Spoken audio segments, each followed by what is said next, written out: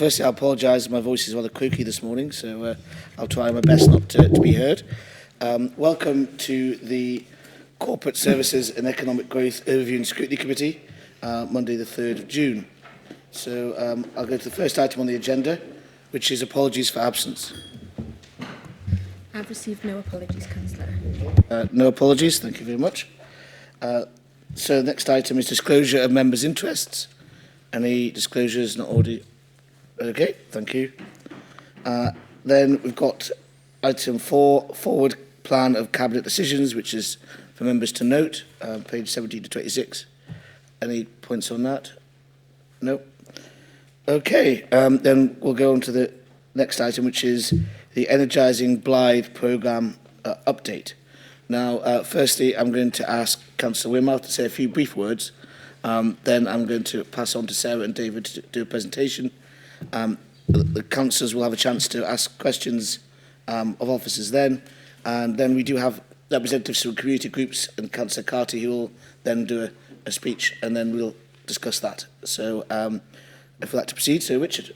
Thank you. Thank you, Chair. So I won't steal too much of the thunder of the officers in terms of the presentation. We're in a very fortunate position that Blythe as a community has been one that's been heavily invested into by the government and by the council. As recently as a few weeks ago, another 86 or so million pounds being invested in the renewable energy catapult there, keeping it at the leading edge of testing, verification for the offshore wind industry. We've seen schemes totalling around about £90 million to help in terms of future high street funding, in terms of town deals, in terms of town capacity funding just recently that will help us keep help us do all sorts of additional things to some of the things that you'll probably see the presentation on today from officers. You'll have to ever so slightly bear with me that I'm back new into this portfolio after a few years away as of the AGM, so I have been getting my feet back under the table, although never truly left it to one side over the course of the last few years. So I will do my best to answer questions, but I may end up relying on officers for a little bit of the detail. Thank you. So Sarah, would you like to start off? Thank you. Yeah. Thanks, Chair. Thanks, Councillor. I really just wanted to say a couple of words, mostly in introduction to David, as he is a new officer to the Council. So David Warburton is our new Head of Regeneration, joined us from York City Council and has been in the Council for 3 weeks. We welcome him and his experience and expertise that he brings to the team. And I'll hand over to him to do the presentation, picking out the key points from the report, hopefully committee members have had a chance to look at. Thanks, Chair.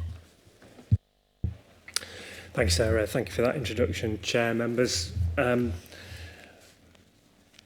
weeks, a very short time, but also a huge amount to get to grips with. And whilst I will apologise clearly in that time, I'm not going to be across absolutely every detail. I have had a really thorough briefing. You have before you a really comprehensive report by Rob Strettle, our Senior Regeneration Manager. And I have spent actually quite a bit of time in Blythe over the last few weeks. Attended both the Town Board. We had a visit with representatives from Treasury. And also attended a fantastic workshop developing long-term plans for towns. Beginning of that process, working with community, a really fantastic morning at the football club, full of energy, looking at how we take things forward for the next phase. What I wanted to do, clearly not going to run through the whole report, but just a little bit of background in terms of the Energising Blythe programme, where it came from, just a bit of a reminder, how it was developed, how it evolved, bit of an update just on where we are with a couple of the key projects there in terms of the cultural hub and the learning centre, and then at the end just looking forward and where we go next.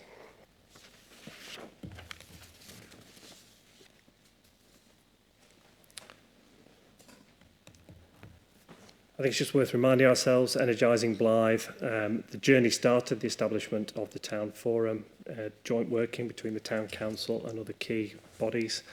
And the aim of that was the submission of the Future High Streets Fund bid, which was successful. and one of the aspects of that was the new culture hub, a key project in the town centre, but other uses including education, hotel and restaurant accommodation. I think it's worth stressing from the outset, it's been a partnership effort, bringing forward partners together, with over 2,000 people responding to the engagement process, and the town plan was backed by the vast majority supporting the vision and the objectives that were set out for those projects. I think the long-term plan, is a strategy over 10 years. And many of you will be familiar with those aspects of the investment, focused on the town centre, but with a huge amount of work around the port, and linked to the other investments on the Northumberland line, the 2 new railway stations, and the energy park. I think all told, Energising Blythe is the largest single town centre regeneration programme ever delivered in Northumberland, and it seeks to address major market failure in the town centre, take advantage of the fantastic town centre assets. I think it's worth stressing as well that the Future High Streets funding was a specific government intervention to tackle retail failure in town centres, a national problem not unique to Blythe. And one of the key important things there was to bring in new uses, investment to generate new uses to replace retail in town centre, to keep the vibrancy, to keep them as the centre of communities, and to support what retail remained, and to generate other footfall from the educational and other projects. A little bit of detail there. You'll be more familiar than I am with the layout of the town centre.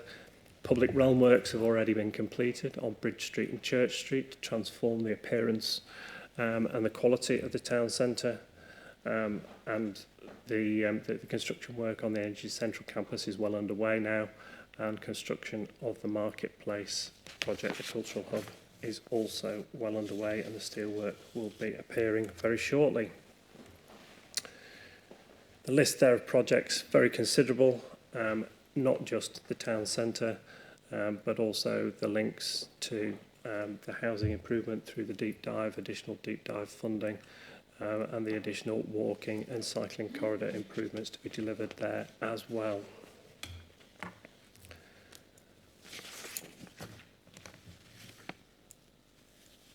I think it's important to stress here as well that it's not just huge capital investment, there has been a whole range of cultural and community sector support available as well.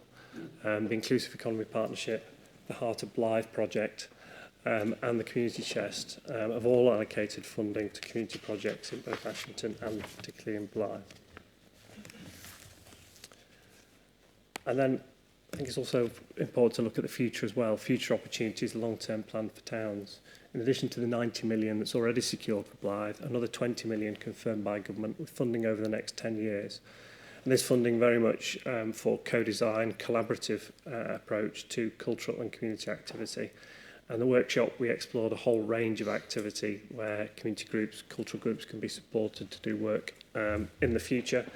And that work will go on over the next month or so, looking to produce a long-term plan for towns with key interventions and submit to government to secure that funding. Important to stress here, this funding is different from the Future High Streets funding. This looks at that wider geography. It's not just focused on the town centre. And it's absolutely about engagement and a partnership approach.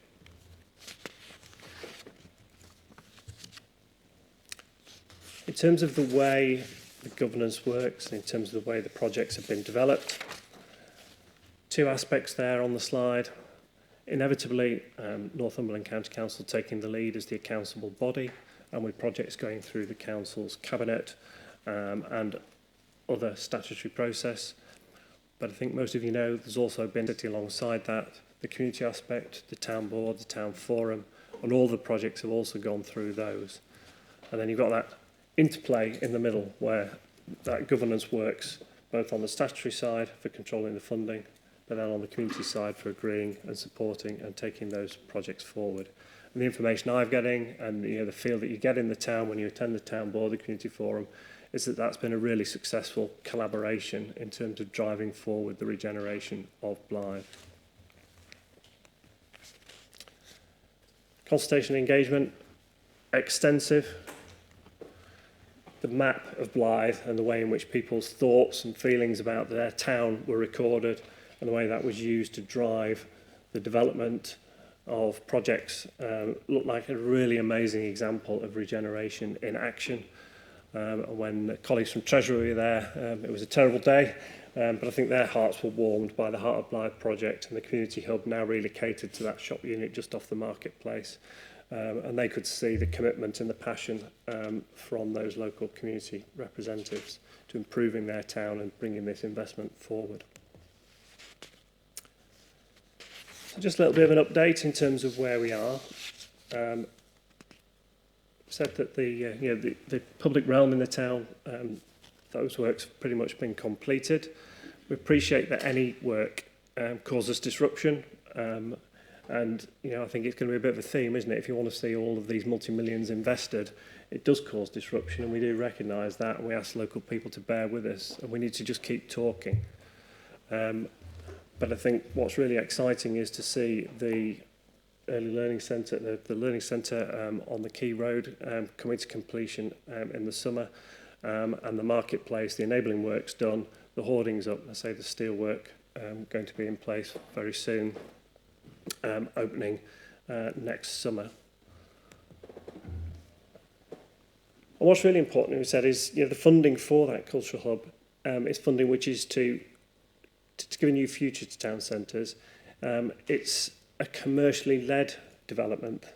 This is not a community venue. There's a community interest company, Jam Jar Cinemas, who've been selected to run it through a procurement process. This is to bring a new venue, a new commercial venue into the city, into the town centre, which will provide a 3-screen cinema and then other associated functions, cafe, studio space, and those are ancillary to the main use. The main use is a new cinema, and that is what local people told us they wanted when all that consultation and engagement was done. The Energy Central Institute, Phase 1, the Learning Hub, Phase 2, proposals to replace the Keel Row Shopping Centre with a Phase 2, offering higher level degree level qualifications. A lot of work underway at the moment to progress designs and to look at other opportunities for that site, further options including hotel as well.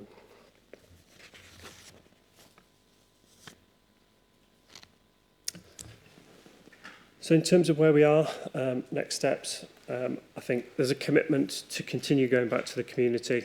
That opportunity that the long-term plan for towns brings to provide further investment into community projects, I think is really significant. On the back of that 90 million of predominantly capital investment in the town, I think an additional 20 million to consolidate that benefit and to do further investment in community projects is really welcome. And that's over a longer time frame as well. It's a kind of slower burn than some of these big capital projects. The delivery of what we've done to date, underpinned by deep consultation and engagement, and you can see the governance and assurance framework that is wrapped around that. There is real opportunity for significant investment in the community and cultural sector, and I think the cultural hub can be a catalyst for that. There is a commitment from Jam Jar Cinemas to flag all of the surrounding cultural and community activity in the town, and for that to act as a focus.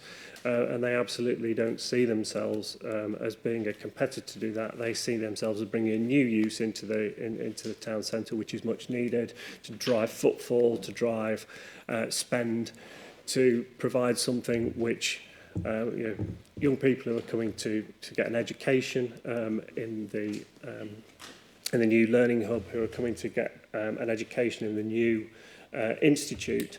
It gives them a reason to stay in the town and to spend in the town and to support the town. The new Northumberland line provides transport connectivity, and I think there's further work ongoing with the bus operators to ensure that the public transport offer to keep Blythe well connected is all going to be consolidated and associated with this. Collaboration, just one point on there, an open offer from the new operator of the Cultural Hub to discuss and develop opportunities with any organisation in the town, and that is a genuinely open offer. It's been expressed at both the town board, the town forum and in the cultural group. And I think the resources we talked about, the long-term plans for town, that offers some resource going forward to make those connections and see how things develop in the future. Thanks for listening, Chair, members, and if there are any questions, I'll do my best with those now. Okay, thank you. I think, would you want to do a quick summary before we go to questions? Yeah, I did want to just talk a little bit more, if that's okay, because I wasn't too sure what was going to be covered by officers in the presentation. So there just needs to be a little bit of additional sort of scene setting and so on to this as well, perhaps, I think. So when I came into office in 2017, I was in the cabinet with Nick Oliver and others. You'll remember there wasn't an awful lot going on in the regen space. There's a huge amount going on now, and it's because we're playing a lot of catch-up. And you must see as well, members, what's going on is also in the context of historical decisions that influence where we've got to, of all sorts. Some of that is around, for example, edge of town big box retail that removes a lot of potential to actually get retail into the town centre. You go along Coupon Road, it's really easy to park, it's really easy to access. The shops are large and have an awful lot that you can the shop peruse to your heart's content. The units in the town centre are different by comparison. You have a small shopping centre in the form of the Keel Road that has struggled over a long period of time and eventually was being closed by Northumberland Estates because they could find no viable way to keep it going.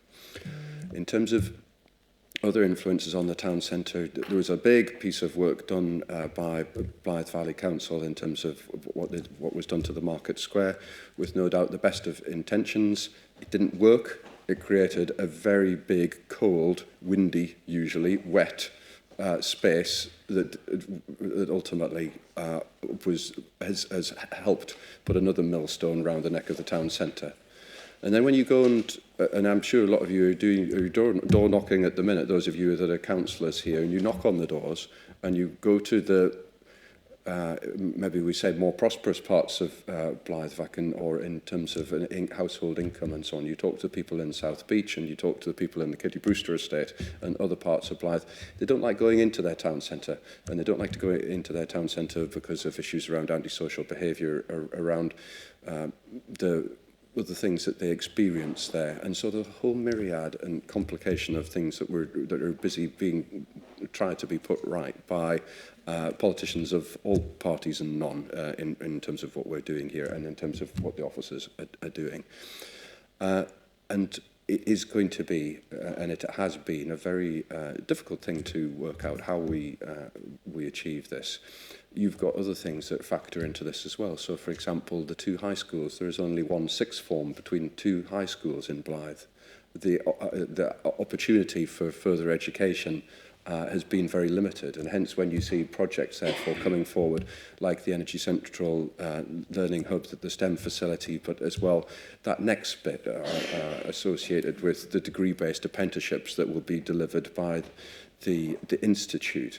That's trying to bridge that gap between high schools where there's only one sixth form and a leading world-class R&D facility in the terms of the catapult, where millions and millions of pounds of government funds are coming into to keep it at that leading end. And it's all of that work that's going on across part of Blythe, creating those jobs opportunities. If we don't put the platform in place to provide that education and to provide all through life education for all sorts of residents, not just for the kids, then none of this is going to work. And when it comes to the town centre bit, I know that we're likely that we'll have some questions because officers have touched on it, none the least, in terms of what's happening in the town centre with what is the cultural hub as referred to, but I think we need to start calling by its actual name that it's going to be the pavilion run by Jam Jar Cinema,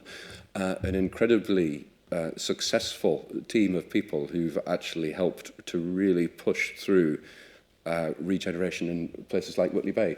And you go to Whitley Bay now, my family is from all across the northeast, but a good number of them live in Whitley Bay, and I have watched over the course of my adult life and even as a kid that place descend slowly into nothingness and then be reborn and have lots of independent shops, lots of opportunity coming forward for enterprise, and it's so much better, and it's organisations like Jamjar that have helped to push and promote that as part of what they have done.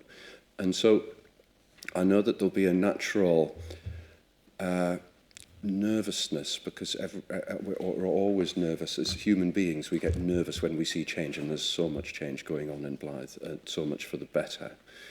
But we must think of it in terms of not just what's there and the people that are there currently, which I will say now is not very many people in the town centre in Blythe. You go to places like Morpeth, you go to places like Hexham or Alnwick or where have you, the footfall is considerably higher, and it isn't in Blythe. The gap in the opportunity for Blythe isn't people pinching custom off each other within that town centre, because if that's all that's going to go on, then we're not getting anywhere, and we haven't put the problems right that we are trying to solve.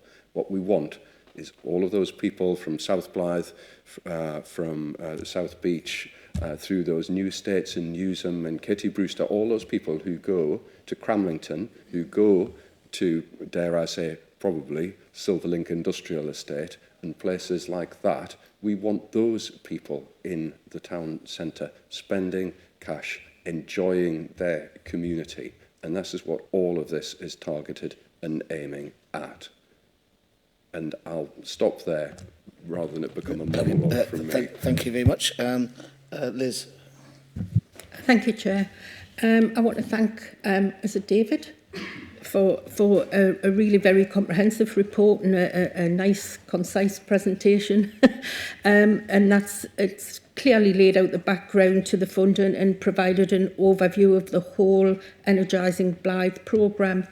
What I want to stress is I think we all welcome the funding and the investment into Blythe, and we want to see a successful whole town programme. And I think that's why it's important today that we take the opportunity to listen to the concerns that are being raised by the community organisations and the residents of Blythe. We have to be open and transparent about that and answer any of their concerns.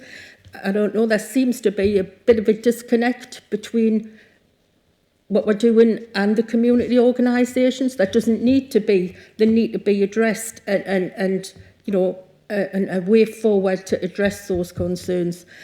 I've said it in the pre-meet.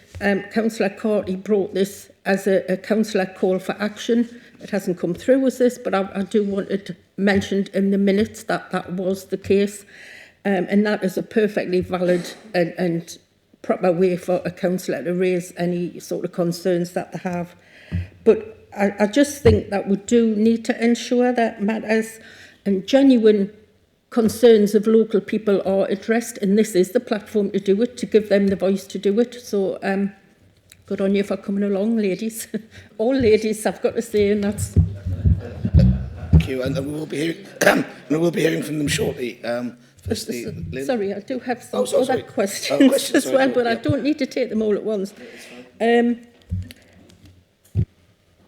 Right, on page 55 of the report, paragraph 83, it states that the venue's new programme will be of benefit and additional to the other organisations in the town. So my question is, how can we make sure that is the case, not just initially when it's starting off, but as the venue grows and matures? Because I believe, is this a 10-year contract, am I right? Yeah? So 5 years down the line, will this still be the case? Will it still be additional and not, you know? Secondly, the report mentions increased productivity as a result of training programmes at the Energy Centre and the Culture Hub. What sort of learning opportunities will these be, and will they conflict with anything that's going on around about?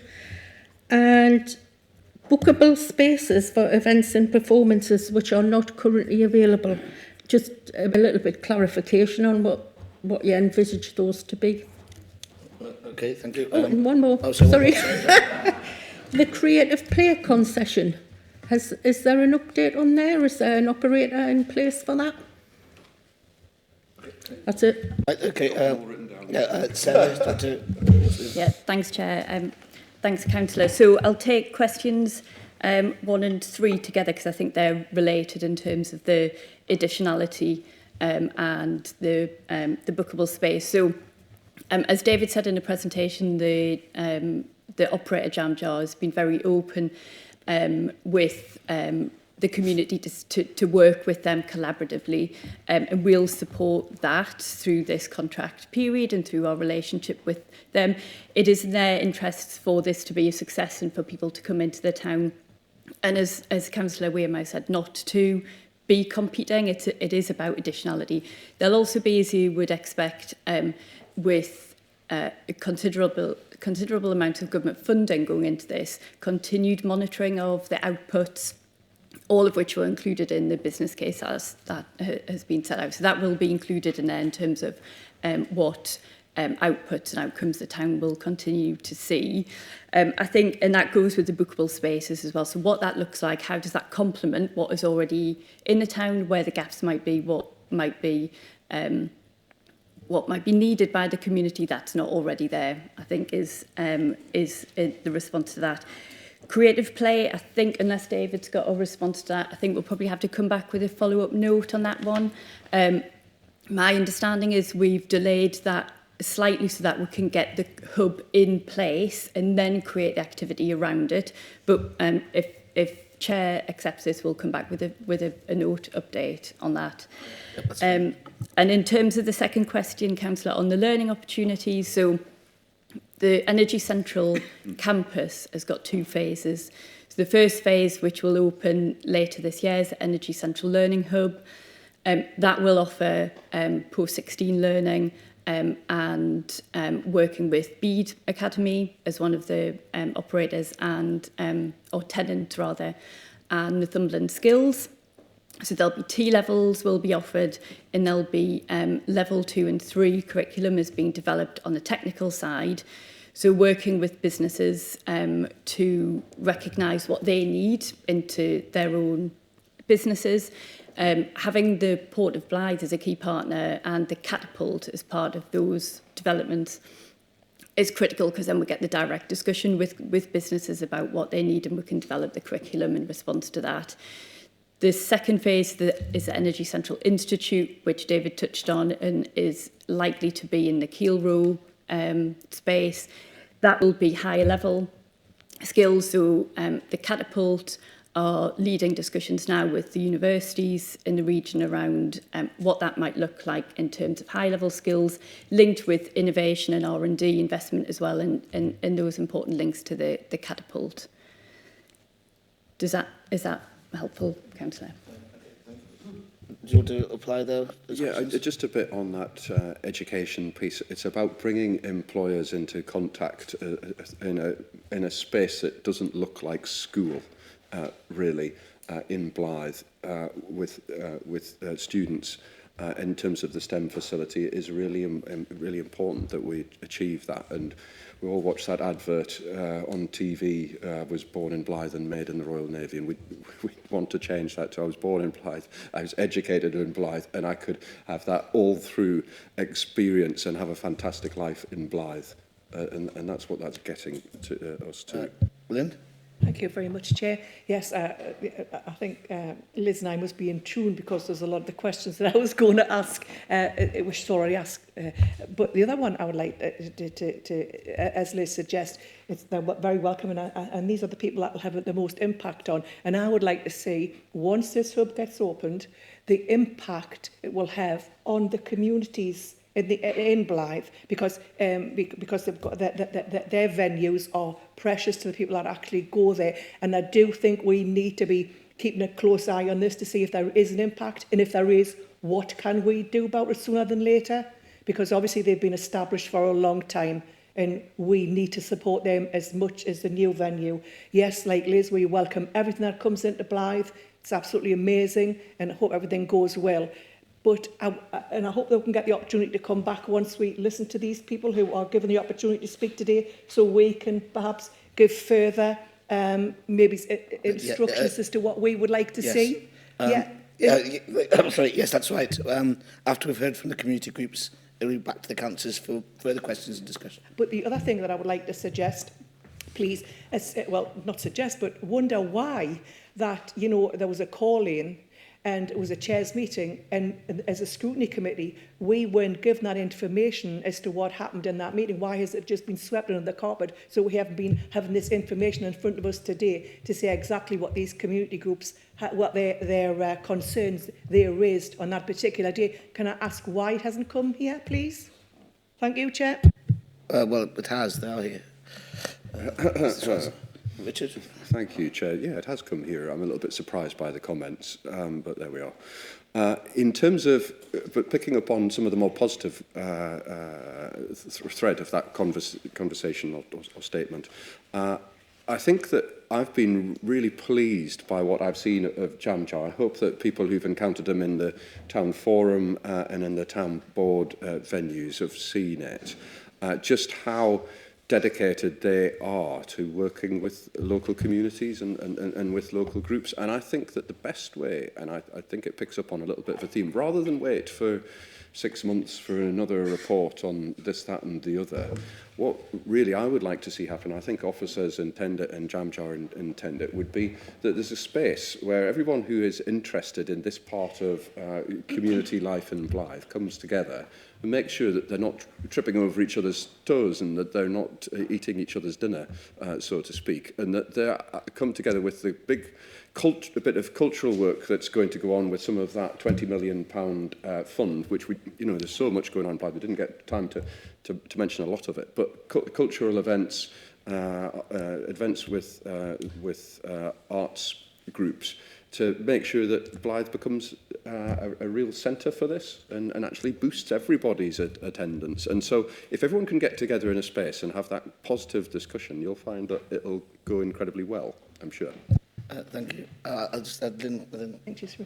Yes, well, the purpose of this report, may I just remind Councillor Wearmouth that it says the report responds to a request at full council by Councillor Carty and Nesbitt for a scrutiny committee to consider concerns raised about the potential impact of Energising Blythe programme on some community and culture setting up partnerships and businesses in the wider town. Does that not answer my questions to say that what we need to be keeping an eye on the current situation with these venues that's already... I'm in desperate agreement with you, Councillor. Yeah, but just to so that we could possibly have a report back, which we're entitled to do so, with regard to the impact it will have on the current organisations. Please, it's not rocket science, and I still am concerned about the fact that we weren't given this as an agenda item to the Chair's group because that was requested and we haven't received it. So is it a cover-up or what? I don't really understand what you're talking about, well, Councillor, but maybe the Chair would actually... Can I come in there, Okay, Councillor Dunn. Thank you. Obviously, I sit on the Chair's group, and this was it came to Chair's group as a councillor call for action request by Councillor Carty. What I asked for to come to this meeting was those notes that Councillor Carty had put forward at that meeting, because I feel that they gave a background to why, not just Councillor Carty, but everybody else that she was speaking for was calling this meeting. There's nothing secret in those notes, but they have not gone out. Now, that's by the by, because we all know now what this meeting is for, and it is to address those concerns that the community had. I just felt that those written notes was something that committee members could read and give them a background as to why these people had concerns. However, they have not been circulated. I'm sure when the lady speaks that she will, speak to them. But it was a background information for committee members. I just need to stress that the councillor call for action is a totally valid and proper way for a councillor to bring any concerns to scrutiny, and that's what happened. If it doesn't have to get that far, fair enough, but in this case I think it did. Thank you. I'm bemused, I'm afraid. But anyway, so you just wanted some further explanation as a preamble that people had some questions. Right. Okay, Councillor Oliver. Yeah, I was also at that chair's group, and Councillor Carty raised some legitimate concerns, and those concerns fell into two categories. One was the sort of loss of retail space in Blythe Town Centre, and the other was the potential impact of the three-screen cinema on other sort of community organisations in the town centre. Reading this report, I would say that it addresses both of those issues absolutely head on, and some of the discussion we've had also has addressed that. So it just shows and illustrates that the call to action process does work and works well, because that's what's happened. Okay, Councillor Robinson. David, nice to meet you. Head of Regeneration. I just preface my questions by saying I'm from Bedlington, a little town nearby, and I'd love to take you around the opportunities we've got. Point of order. That's an open invitation, by the way. Now, my questions. We're setting great store by the fact that we've engaged with the community in community consultations. So I would like to ask, what percentage was the response from a community consultation to the population?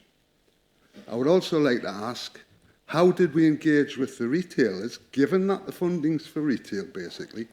How did we engage with the retailers? Well, you said it was. But specifically to address market failure in retail. It's Retail? not for retail. Retail? No. Market failure in retail? It's market failure. You know, we might be arguing semantics, but, you know. No, we're not. How did we engage with the retailers, especially the smaller ones, who never have a voice, but who might well have reasonable suggestions for developing to help them grow and prosper? My final question, what you're talking about looks very much to me, it could be dangerous in as far as taking away customers from existing businesses, depending on what you put in. Now, you seem to be happy with taking customers from Cramlington, and you seem to be happy with taking customers from Silverlink. Fair enough. But what are you going to do to make sure that the people coming into your all singing, all dancing centres and what you're going to build and whatnot are new money? It's money that's going to augment what's already there. And please don't take them from Bedlington, we'll keep moving. So, I think I'll answer the question that officers may choose to add. So, first of all, in terms of what future high street funding is for, and to a lesser extent what town deal funding is for, it's to address something that is going on across the whole of this country in terms of failure of the high street, which is driven by a few things. Principally in Blythe, it's driven by, as I prefaced the discussion with, by big box retail, in this instance along Coupon Road, and you can see exactly why the problem is, and because in the nature of the shops that people like to go to. You then have, more generally, you have the setting of lots of online shopping, which has killed certain types of retailers stone dead, and others not so much. So town centres become more about experience and lifestyle. And the problem is, in Blythe, the experience and the lifestyle is not one that is as attractive when it comes to that level, because you have issues around antisocial behaviour and so on and so forth, and you haven't got the base blocks, the building blocks, to allow you, therefore, to have a thriving and successful town once you take all those things into consideration. And so that's where the intervention leads. Future High Street isn't about making more retail space or trying to bring more retailers in. It's about trying to repurpose buildings and so on and so forth. It's to a reasonable extent, yes, but mustn't make any misunderstanding that it's about providing a platform for more retail or anything like that. It's about repurposing town centres. And so that takes you down a particular route in terms of what you can do. So it would be around probably more eateries, around bars, restaurants, etc. And then it also becomes around things that you do to dwell inside town centres. And I have to say that the schemes that you've got, whether it's education schemes, whether it's hotel schemes, whether it's a cultural venue, in this instance, the jam jar facility. That's the type of thing that it naturally leads you towards. And you look up and down towns across the country. That's what we're experiencing. That's what we're finding. The bit that I'll just go back to it, because every year, every election cycle, as you come up to local elections, general elections, but every time in between, I go knocking on doors up and down this county, and plenty of them in Blyth. And they tell me in Blyth that they don't want to go into their town centre because it doesn't reflect what it is that they want to see. That's your market in Blyth. If you can get those people back into the town centre, enjoying their town, which should be their basic right as Northumbrians and Blyth residents, that's where we need to get to.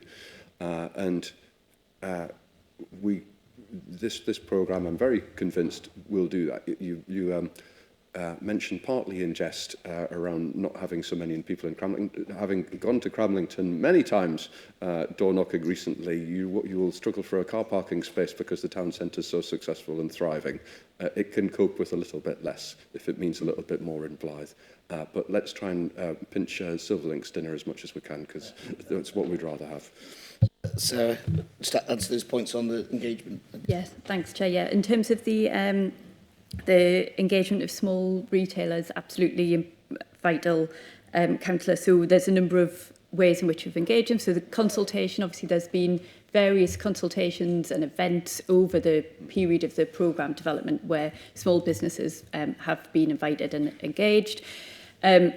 We have engaged specifically the FSB and the Chamber as well to speak to them, so they are engaged particularly in this next stage as well in terms of the development of the long-term town plans, long-term plan for town, programme. And we've also, through the programme, had support from Advance that have had specific support into the town, into those retailers to support those that might have been impacted, particularly with closures of the Keel Row, for example. So there's quite a bit going on there. We'll continue to build on that with the engagement from those businesses, because their views on, what they want from the town is really important in the development of the programme. Can I just add to that, Chair? Because it is important that part of the problem in Blyth is that there is no local chamber. There is everything has gone, but we're dealing with total life support type situation in some respects on that. And you dare write that word, James. I see you for it. It's not helpful, that word. What I'm saying is that we need to bring institutions back into being. And so some form of chamber, some sort of venue where we can engage with business would be really helpful, because at the moment it's being led by NCC in terms of trying to make those connections, and that is challenging in itself. And part of the 20 million that the government has given us, we hope will potentially help us create something like that. But it has to be sustainable and keep on going. We can't just create it, fund it for a period of time, and then for it to fall flat the minute that we step back from it. Thank you. Councillor Taylor. Chair, I've nearly had one question answered out of three. Asked the percentage of the community that took part in the consultation against the population, and I asked how you're going to drive new footfall, new pounds into the town, rather than redistribute existing pounds. Okay, Sarah, so that point. I'll do a bit of this. There's no such thing as a new pound unless you're the Bank of England printing money like it's going out of fashion. The fact of the matter is that you've got to become an attractor. You've got to drive footfall. You've got to get more people going there, and it doesn't really matter so much as where they're from. We want them to come into Blyth and start spending their money. Simple as that. And on the engagement bit, Sarah will give you a number in a little while, but I remember being stood in a big tent in the centre of Blyth where the best part of 2,000 people came in at the start of that process, and there's been many, many more right the way through. So unless we actually tick off on the electoral roll every single person who engaged with us at any one point, it's very difficult, I would say, to judge, but it is a lot of people.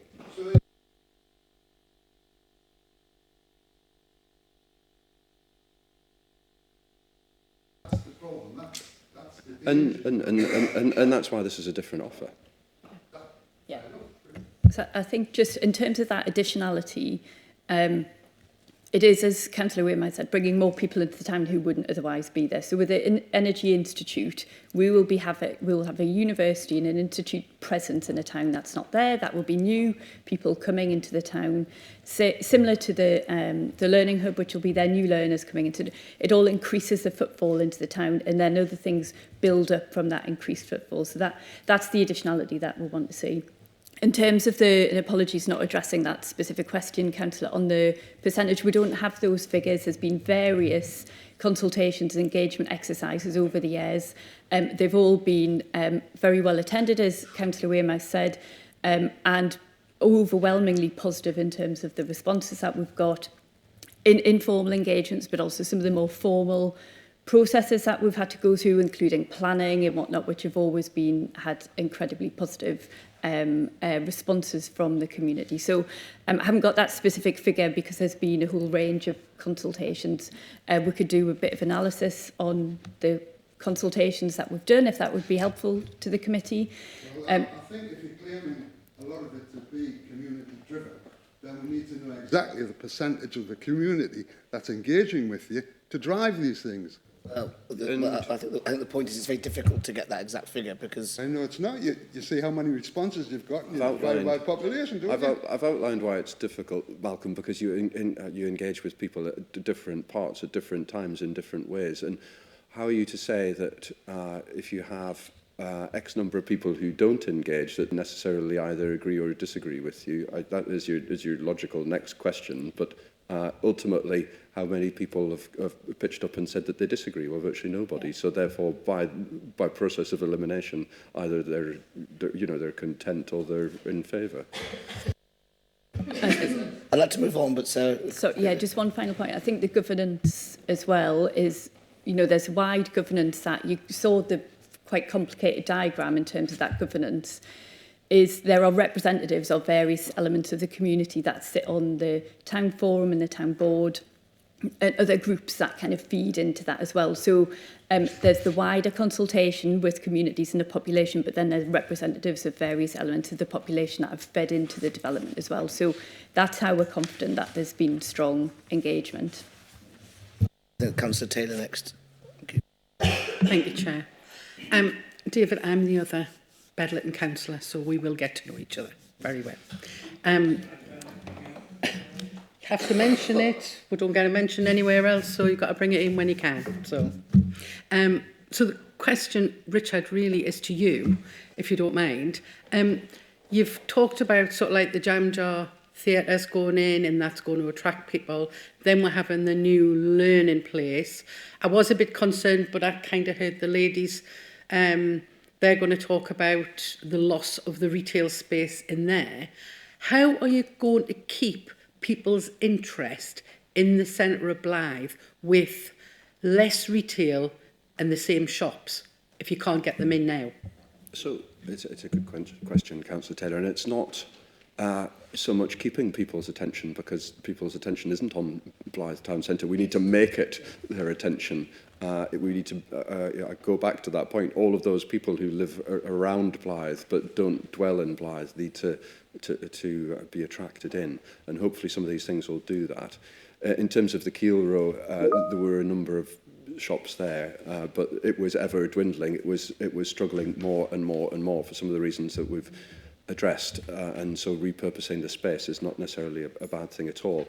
Some of this funding, and again, we could talk for hours on this, and I know you think probably I am talking for hours on it, apologies, is that some of that 20 million again, we would be open to a programme, and nothing's been settled yet in terms of that funding, I hasten to add, still listening to feedback from people, but could be around partitioning some of the largest stores in the town centre in terms of making some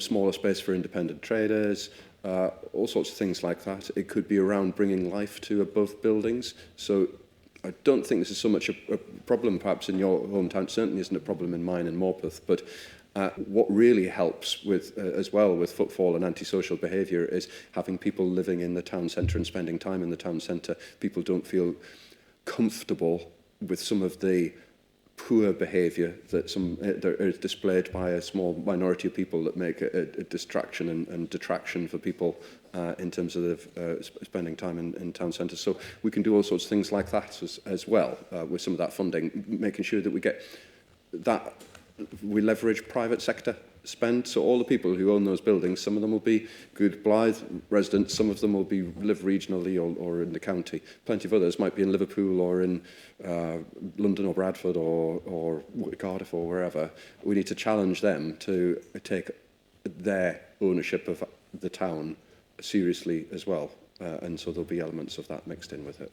So maybe that answers at least some of the question. Thank you. Now just going to go Councillor Oliver, the last one, and then we're going to go on to the community groups. So I work for the Blythe Valley MP, so I've seen a lot of this firsthand. In terms of the engagement, it's been very well promoted across all the sort of social media groups in so the specific events. But it's also really important to note that there's been engagement with all of the elected people in Blythe. So that's the town councillors, the county councillors, and the Member of Parliament. And all three sort of tiers there are there to represent the views of the people who live in Blythe, and they've all been offered more than adequate opportunity to do that. So it's a really, and I think they've all taken it to different degrees. So the engagement has been thorough. The cinema, I think, one of the things at one of the town board meetings that I heard was the percentage of the nighttime visitors that the same operator's cinema in Whitley Bay was attracting. I can't remember the number now, but it was quite high. So they were actually drawing people into Whitley Bay in large numbers in the evening. And I think that's really, really important to create a sort of solid demand base in the centre of Blythe. There's no doubt supply and demand has got completely out of sync in Blythe. We've had, there are too many shops, many of them empty. Many of the operators in the Keel Row, which was operating at less than 40% occupancy, weren't even paying rent. So they were on rates-only deals, and they still couldn't make it work. So, there's no point in trying to sort of flog a dead horse. You have to make a change and find new reasons, as we've heard, to bring people in. One of the things that I've heard on a number of occasions, and it might be something, and I'm sure it's probably something in the work stream already, but we've talked about antisocial behaviour, putting people off going into the town centre. Part of that, I think, is around the dispensing services, which are all town centre based, which are all in fairly, in prominent locations. And I just wonder whether there could be a way to work with the sort of pharmacy and the local health service to try and find a way to sort of help there and make sure that those, perhaps provide those services more locally to the users, and that would have a sort of double benefit of also making it easier for service users as well to access the service. So that's just a thought. Thank you. If I can that was more comments than questions. So I'm going to move on. So first I'm going to ask Councillor Carty to introduce the community groups and say a few words. And then we've got Alison, who is representing the community groups, who's also going to say a few words. Thank you, Chair. Chair, I've just got a quick question. Why is this scrutiny meeting not being filmed? It is? Yes, it's being filmed and live streamed. No? So it's being recorded. It's normally they're filmed, and I just think, because our scrutinies meetings are filmed. It is filmed. It's been filmed. It'll go onto the website later. Yeah, it'll go on the website. Thank you. Following my councillor call for action on the 15th of the 3rd. Is your microphone on? Yeah. Liz, all right, okay. Sorry, I'm usually following my councillor call for action on the 15th of the 3rd, 24, when I've submitted it, I'd like to thank the Chair's group for allowing our voluntary sector to come and put their views forward to this scrutiny meeting regarding the current developments in Blythe, and other concern is obviously over the shopping centre, which we are all concerned about. I want to say I'm really pleased money's coming into Blythe, and I'll keep saying that. It's brilliant. right? But before I introduce my community colleagues properly, I have to say, I'm actually disappointed and I'm saddened that we've had to come this far, right? Had I been listened to by officers as an elected member representing our local community in a member-led council, all I asked for was an impact assessment to be done with the community sector, and it wasn't. And I repeatedly asked. And we all agreed at full council quite a lengthy time ago, because Richard spoke at length about it, so did I, that we were a member-led council, not officer-led, member-led. Right? I was told at the chairs group there was no impact assessment needed in the grant conditions. If you remember, I asked for the grant conditions, but I didn't get them. However, the Cultural Centre had a sustainability study done. There was loads of public consultations done. There was a mapping exercise, but no impact assessment. Just to see what effect that would have on the current community provision, right? Whether this was a condition or not, if the grant is an elected member of this member-led council, speaking for local people, our request should have been adhered to.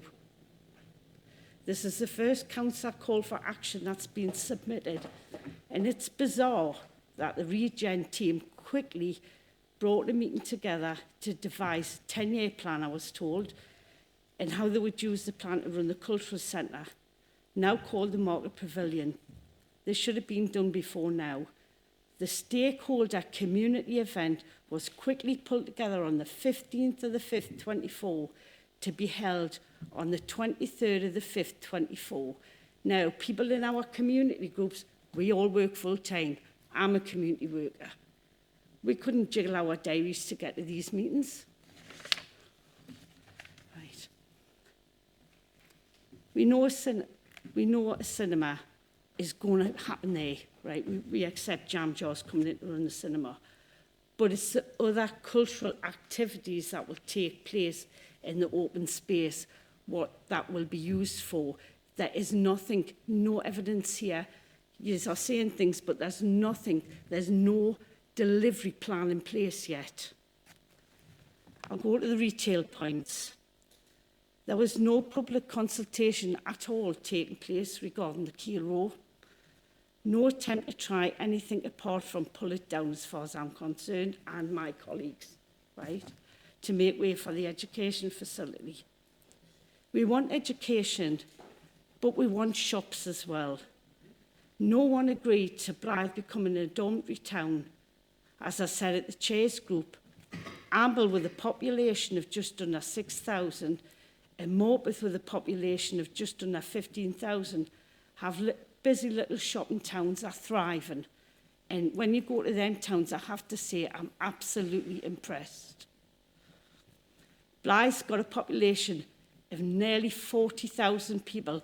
I think it's 39,719 people at the Census 21 count. Why should we become a sleeper town? None of us accepted this. We were told the Keel Row was closing. We have business people within the council who work here that could help regenerate the shopping offer. We repeat, this is all about our community in Blythe. I'm a community worker at heart, and our community sector here are here today to have our voice heard regarding the Culture Centre, regarding the Keel Row. The Keel Row is now in the hands of council. You can do something about that. The consultations ended for all of the regen stuff in 2022, but the Keel Row was purchased in 2023, right? So there hasn't been a consultation at all with any public or community regarding the Keel Row itself. What we've come here today for is we want a compact agreement, which is mentioned in the Big Society. It's a commitment of our community groups here working together with what you are wanting to do. But we need this agreement in place to ensure that it's best for all of us that we all thrive and we all survive, right? We need the community sector to thrive. Now, what I'm going to do now is I'm going to introduce Ali, and Ali is going to speak because it's really important that they've got their voice heard. Thank you. Thank you very much. Alison? Hello everyone, I'm Ali Walton-Robson. I'm Creative Director at Headway Arts, Blythe's existing arts and cultural centre in the old church on Waterloo Road. We appeal to you, our elected representatives, as voters and trusted community representatives of Blythe. Together, we have over 200 years of experience and expertise. This is a group presentation by a third sector Blythe collective, which includes Briardale House, Blythe Resource and Initiative Centre, the Buffalo Centre, the Phoenix Theatre, which has a cinema, Blythe Tall Ship, Headway Arts, Silks, Blythe Culture Network, and Blythe Youth Team. Collectively, we offer thousands of hours of support, training and excellent services, limited only by resources, to thousands of people in Blythe and the surrounding areas. We are the people who deal with Blythe's many social problems, health inequalities and issues on a day-to-day basis. We were so vital during COVID and continue to support the very vulnerable, engage the lost, and help the unwell, and also those who just need a little support. We are a carefully balanced ecosystem. We know and respect each other's work. We often refer to each other. We communicate and don't duplicate provision. We prefer to work as trusted and strategic partners. We are the people who did not desert our town in its darkest years through COVID, but stick to work hard for change. We have deep cultural roots, mostly based in inspiring, well-loved landmark community buildings with huge potential. We are Blythe.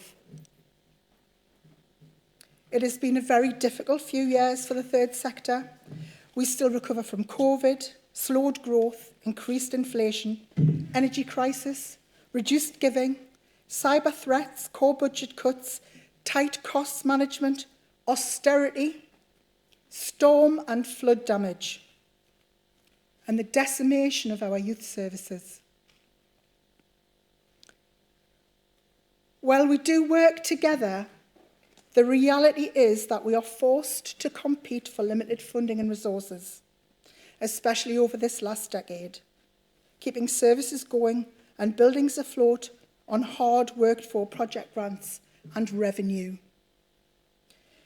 So, imagine our delight and anticipation at the prospects of millions to support development in our town. Surely this will help us all. And this is what we've all been waiting for. This is it. Wanting to support and be involved in this amazing life-changing opportunity for our town, we all offered support. All of our intelligence, years of research, feasibility studies, architects' plans, etc. However, the truth is people were cynically excavated by consultants and bid makers. Our intelligence and local knowledge was used, exploited. We were led to believe we would benefit. In our enthusiasm, we were naive. People were mined for information, but then suddenly not in the town centre at all. All outside of the line, despite being on the high street, or across the road, or 10 minutes away, or in the most disadvantaged wards in the whole of the country. We were excluded by a matter of meters. Poverty doesn't recognise these boundaries. The focus of energising Blythe has been on a very limited area, missing major opportunities. where energy exists to drive initiatives, to move forward and add value with active regeneration projects and buildings which need capital. We have a number of excellent community, cultural and heritage assets, projects which are shovel-ready. We want to develop. Why are we not being supported through a share of this money? Instead, 11 million is obscene on one, frankly, unwelcome project. The new Market Pavilion will undoubtedly compete with us all for resources. It has already, and by its inception. It will surely duplicate existing provision. Smaller projects have, in goodwill, been put forward by organisations, included in the plans, used in bids, but unbelievably not to be run by them. Good facilities already exist, but we do need updating. How will we now fund those projects if they are duplicated with unfair advantage through massive, massive amounts of government money? Huge subsidy in this case equals unfair advantage. E.g., offering shiny, new, free or cheaper space undermines the revenue streams of all local centres. There'll be healthy marketing budgets and the mighty council behind it. How can we compete? Indeed, how is this level of support and huge subsidy fair and justifiable to other local businesses of all kinds? Has due diligence been done? Is this levelling up? Organisations are expected to join placemaking projects, but provide our staff and groups free of charge, eating our resources, additional unpaid work for youth charities and groups who be relied on to engage Blythe's notoriously hard-to-reach young people and disenfranchised adults who we work with on a daily basis. Some are NCC funded, but not for this additional work. Staff hours have to be paid for. Other councils with levelling up money have worked with local partners to form consortia and do amazing work, such as Appetite in Stoke. David, York. I was a consultant on York's cultural strategy in inclusion. They do not deliver in a vacuum. We have 17 partners in the Blythe Culture Network. We resent the implication that we are a cultural desert and need imported projects, organisations from Plymouth brought in to organise consultation, organisations from Whitley Bay, a very different town to Blythe. We have an active, creative community. Fears over displacement are informed by the proven decline in local traders, the Boathouse, Shies, Cafe Central, successful businesses for years, now forced to move. Even though her rent was reduced and relocation costs covered, profits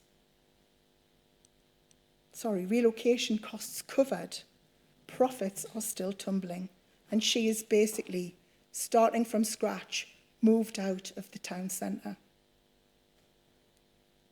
Not to mention the terrible stresses, concerns for vulnerable elderly customers. Higher education facilities are no good to them, our older residents who rely on local services, a nearby shopping centre. Many don't buy the argument people don't want to shop, with Manor Walks, Morpeth Arcade both vibrant. Where is the support for our cherished, high-quality small businesses like the legendary Shies? We must advocate for and speak up for the disabled and the vulnerable and the elderly in our community. Where are they here? A theme is inclusion. Is this tokenism? The word on the street is that our community really feels that our town centre is not being regenerated but devastated, ripped apart, not for the benefits of residents, that these developments are not for us. We don't matter. But for some imaginary students or wealthy visitors, it's like an alien invasion. The people who live and work here swept away like rubbish, disregarded, particularly our disabled, poor, aging community, heavily reliant on our services, community centres and shopping near them. Blythe is a proud community with lots to offer, and we feel we deserve respect. Is this really the best way to spend this once-in-a-lifetime money for the benefit of all Blythe residents? Or are NCC just looking to build assets for NCC and big business? Are we the victims of political manoeuvring? These projects are already sucking up extra monies which have come in. Another 1.45 million for the energy campus. That would have gone a long way to help our third sector and small businesses. Training agencies are notoriously competitive, opportunistic, uncaring about duplicating provision. Again, a funding stream relied on by most centres. Education does not just happen in training rooms. It happens hugely in grassroots community settings, particularly at entry level, engaging those furthest from the labour market. We all contribute to the necessary training pathway. Incidentally, we are all also small businesses, quality employers, disability confident. How will NCC safeguard these high-value jobs? And again, what will be the impact of energising Blythe on the existing third sector funding, infrastructure and jobs?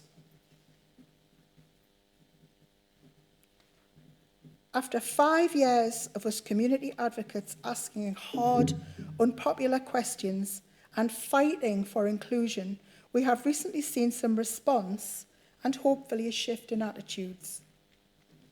And hopefully now we will see some deep democracy.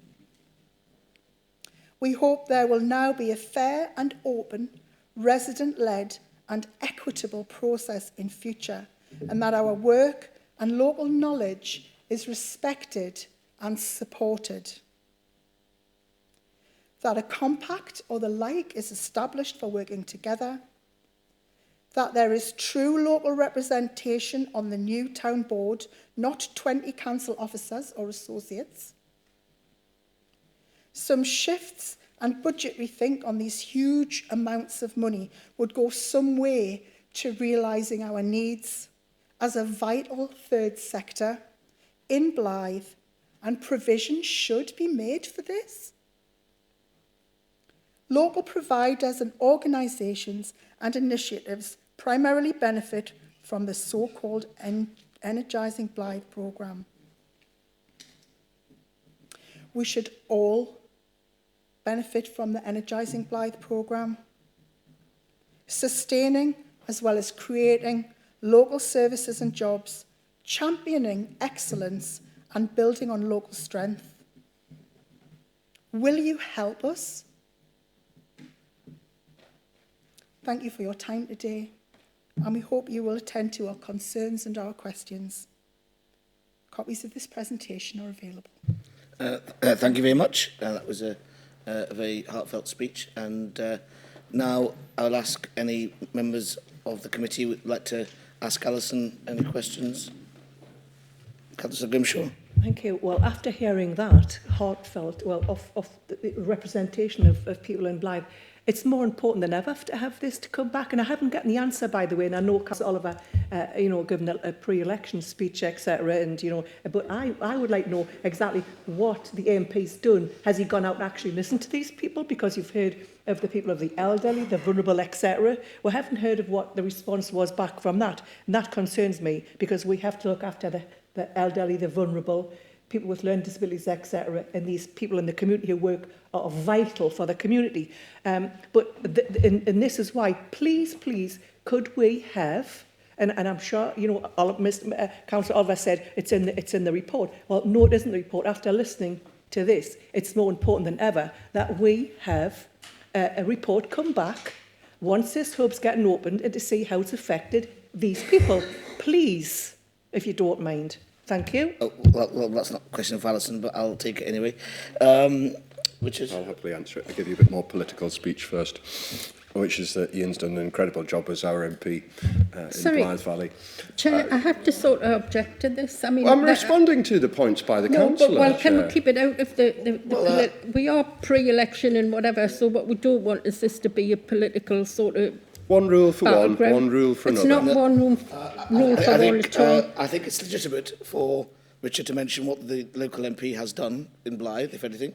In the context of what the councillor was talking about, around about £400 million brought into Blythe Valley, £86 million into the world-leading renewable energy catapult, £90 million into the town centre, £20 million on housing renewal for some of those vulnerable people that you were talking about. How much is it? 200 million odd on the railway. The numbers go on, But let's just get back to the question at hand, which is you want something to come back here when the building's built, but when do you want the information? Will it be on the day that it's built? Will it be 2 years later, 4 years later, 5 years later? Because that's ultimately what I don't really understand is what it's actually achieving for you.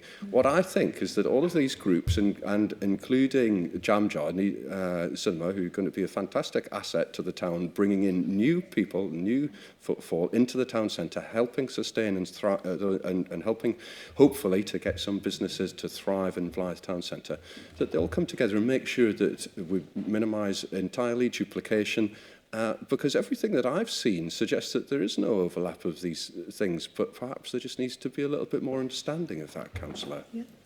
Excuse me, I was going to ask Sarah to answer that question. Well, could I just come back? Because obviously, please, could I come back? Let Sarah answer, then you can come back, because she's going to give you an answer to the... Yeah, thanks, Councillor Grimshaw. One of what I would suggest is, because actually what we don't want is any negative impact on the groups that exist in the town. That's not, what this programme is about. We will, through the long-term plan for towns, be looking at, we've started those discussions across the town with various groups about what the town board looks like and the makeup of the board, particularly in recognition of the long-term plan for towns and that additional 20 million over the 10 years. There will be representation from a number of groups, maybe including, and it's still to be finalised, those individuals represented here today. I would hope through those governance mechanisms, as a town, we'll have a very good idea about what the impact, positive or not, might be, and we can take actions to address that if those things arise. So just to clarify there, one of the requests made by the group was that looking at the town board constitution and membership, and what we're saying is that that's going to be reviewed and hopefully with inclusion for some of the groups that are here. Absolutely, Chair. There are requirements from government and how that governance looks, because it's external funding, and within that we're looking at what that representation looks like. Councillor Grimshaw, did you want to come back? Thank you. Yes, that's fine. Thank you. But I'd also say perhaps that we could bind this into a programme, so we could be kept updated at a regular basis, and perhaps invite the people here today back again to see how it has impacted them, because I think that would be a good idea as well moving forward. But obviously, and getting back to Councillor Wearmouth, I wasn't actually on a political rant. It was just the fact that Councillor Oliver stated, you know, that he's been... I just wondered if he had actually been engaged with these people that's sitting behind him. That's all I was asking. I understand, Thank you. Councillor. I'm not going to get into that. So, I know I'm going to be shot down because I'm not flavour of the month. But yes, I totally You're always get... flavour of the month, Councillor Grimshaw. I Come totally off get it. what these people are sitting, you know, in the audience feels like now. I totally get them, because my background is learning disability, social care, elderly, adults, and I get where they're coming from, and totally that my sympathy and heart goes out for them, because I think that we should be looking after them, and it's a matter of urgency. Now I've got Councillor Oliver next. Thank you. Yes, I've been cut off. Thanks. Thanks. Thank you. Opportunity to speak, Councillor. Thank you, Chair. I'm not going to make any political speeches on behalf of Ian. He can put that all on his own leaflets. But the three questions: one for the community groups, one for Councillor Carty, and one for officers. I think the first question is: have the community groups engaged with the pavilion and to see where they can, you know, to sort of seek out any opportunities to work together for mutual benefit to bring more people into the... What I'll do then is, you've got three questions. I'll ask Alison if she's willing to answer that point, and then we'll go on to your next question. We've have representative on the CAG, which is the Cultural Advisory Group for Energising Blyth, and we've been voicing these opinions for the last 5 years. Thank you. Have you spoken to the jam jar? I know Dan Ellis very Yeah, well, right. yes. So I'm Okay. aware of Dan and his work and what he does. Good. Okay, thank you. So the second question, The next question is for Councillor Carty, and with regards to the Keel Row. I understand your concerns about loss of retail space. We've heard about the sort of oversupply and so on. But could I just ask, what would you actually like? Would you like the council to operate the Keel Row as a council-run shopping centre, or have you got another idea for its use? Well, firstly, I want to bring Catherine on this one as well, but I feel that you could relook at the Keel Row. You've got business people in the council here that could actually get the Keel Row to work, right? I don't run a retail sector thing, but I'm sure there'll be people in this building that can make the Keel Row work, like Cramlington, Morpeth's vibrant, Amble's vibrant, Wise and Blythe vibrant. One point I want to bring up on, we want the compact as well, David, mind. Sorry? We want the compact as well. Compact, yes, we'll come on to that. Right. Yeah, thank you. Can I bring Catherine? Councillor Nesbitt, would you like to... Yeah, I haven't got a microphone, but I'm sure I can shout loud enough. Just to say about the Keel Row in itself, we have brought up about different ideas, breaking the bigger shops down into smaller shops, running an indoor market. These were all in the consultation mind before the Keel Row was even heard of, which never went out to consultation, which I am disappointed about. But we were talking about bringing that into use into little independent shops, running an indoor market. If we looked at the old consultation for Blythe, that was actually in the consultations. So we did want to see things like that. I mean, the training centre, don't get me wrong, money bringing into Blythe is absolutely wanted. We need it. But not in a way that seems to be happening. Yes, the training centre is a great idea, but put it where it should be, down by the quayside. It's about green energy. We talk about Bees Academy. What's happened to the Blythe School? That's another academy. You know, there's all these sort of things that's not being thought about. I mean, the marketplace in itself, we did talk about not a culture hub, and what we were told, the money that was going into Blythe could be put for old. It had to be something new. Well, the new idea that we had was the centre on the marketplace being a town council plus the police station. Where that was in the middle of the town centre, that would be absolutely brilliant. That would have got rid of all the antisocial behaviour. And by the way, there's not as much antisocial behaviour in Blythe now as there was. I have frequent that town that you don't. I'm sorry, I'm a resident in that town. I'm not going to speak politically here, I'm trying not to.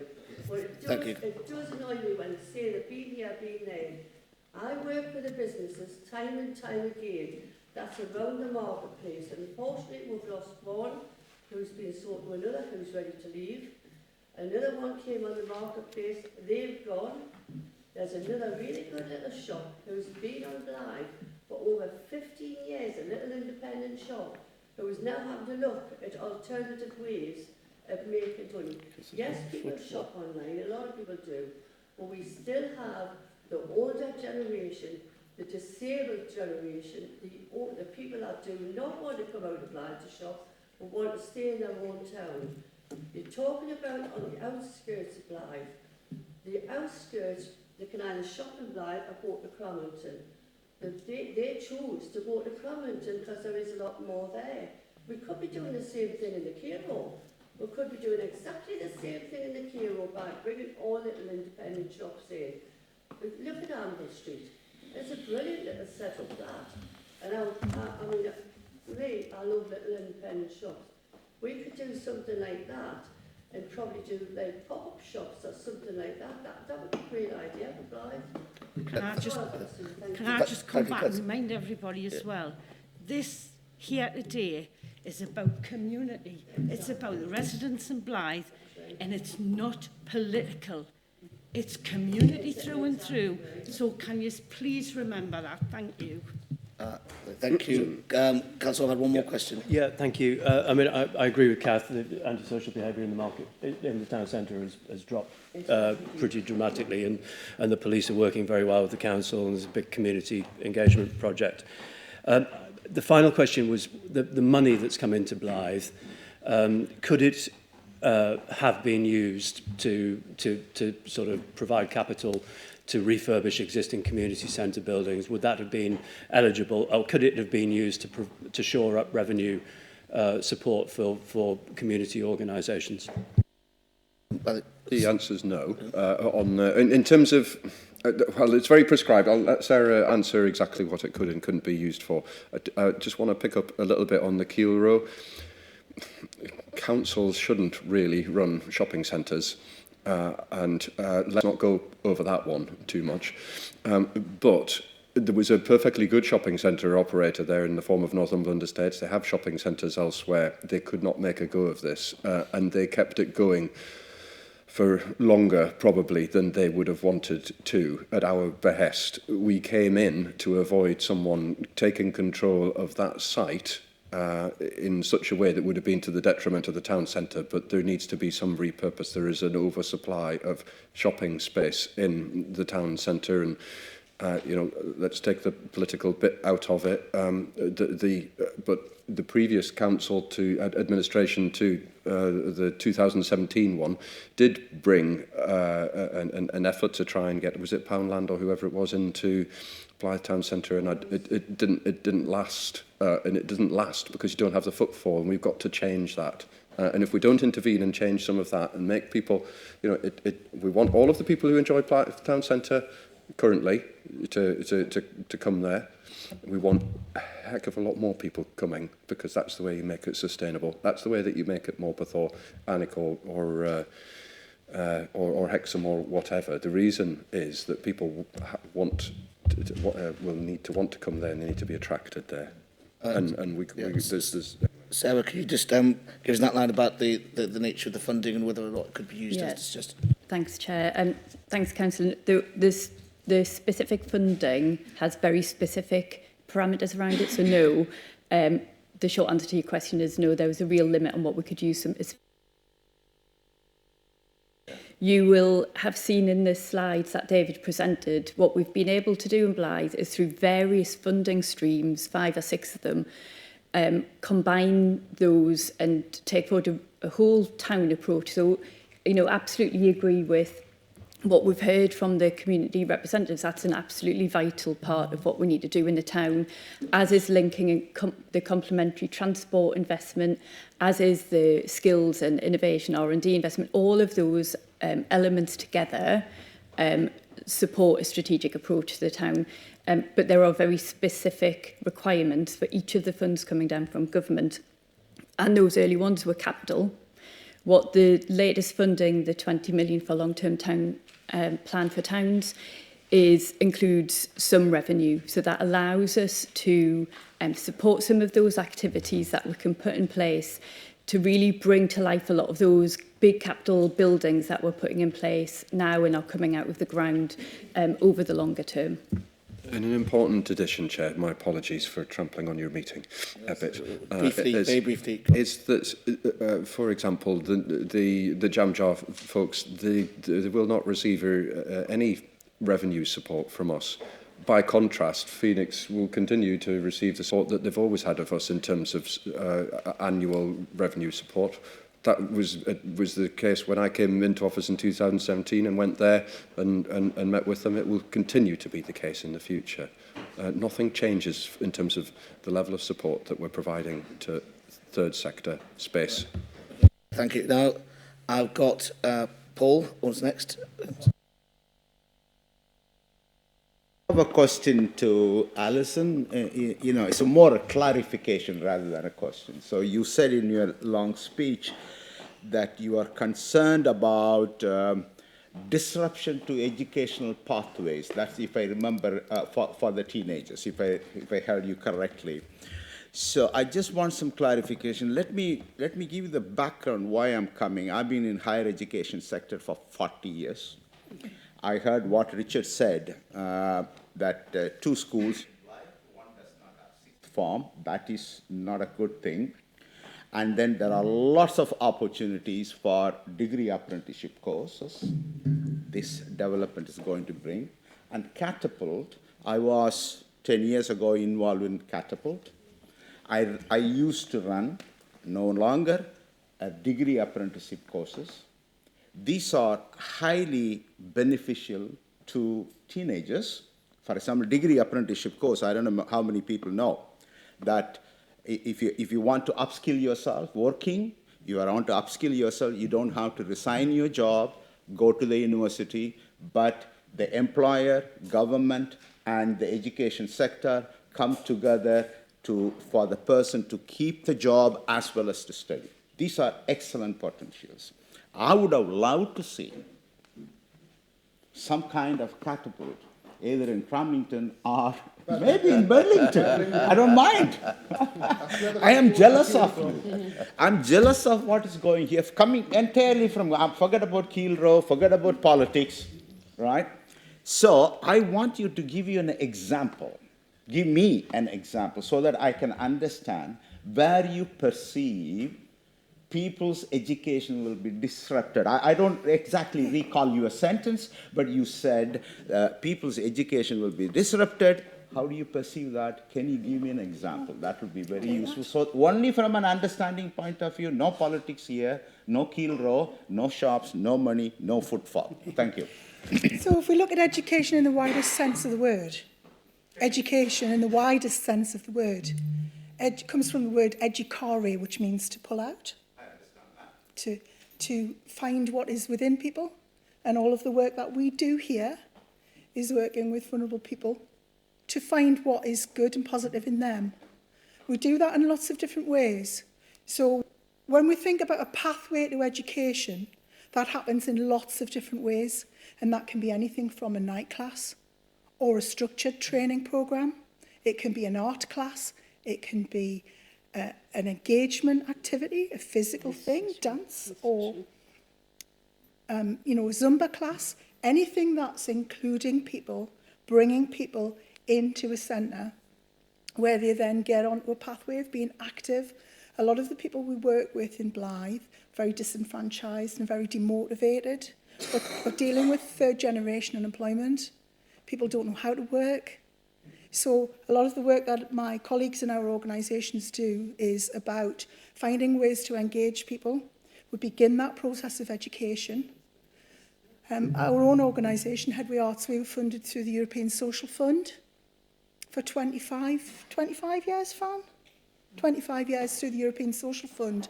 And we ran engagement projects. I know Brick did also, and Eileen at Briardale, and and we've all worked within those funds to establish what you might call community education projects, but that have got specific goals and specific criteria where people can gain credits towards, credit through Open College. So it's the beginnings of education. So it's those first engagement steps on the pathway, which are really, really necessary to then... Sorry, what level we are talking about here? Primary school, middle school, or post? All ages, all ages. Comprehensive. All ages. So people who... I mean, we've worked a lot with people who don't go to school. So you think these developments, Ms. Allison, I understand all the things. Do you think these developments will undermine that? Do you think? We're concerned that those services will be impacted, yes. And some of it is... so I mean, can you give an example? I mean, I'm quite aghast at the thought that there's been no monitoring of the consultation processes, because we all have to monitor and count everything we do because of our funding criteria. We're very used to justifying the impact of our work. Sorry, I'm losing. I don't want to waste time. I just want an example. How do you think this would be undermining the education? One example, Okay, that's all I need. Yeah. Can I just jump in on that? I actually think it's very hard to provide the specific example you're looking for, because we've had so little information about what the outcome will look like. We don't know. We don't know what will be delivered. We don't know who will be targeted, who it will be open to, what are the criteria. We don't know, and that's where our concerns come from. We don't have that information. So rather than trying to think frantically under this situation of an example, I don't think can give one, and that's because of the lack of information we've received. Okay, thank you for that. Sorry, you just wanted to... so can you just introduce yourself? I'm Fran Castle, I'm the Chief Executive at Headway Arts. As an example, we've had people, I'll just use one person, we had a young man who was out of education, through lots of different problems, drugs, antisocial behaviour, all those things, out of education. So he came to us, and he came to us for a couple of years, and we got him back into that education stream. Went on, got himself a career, works in a very high-end job now. If that support hadn't been there for him, he would not have progressed on to that.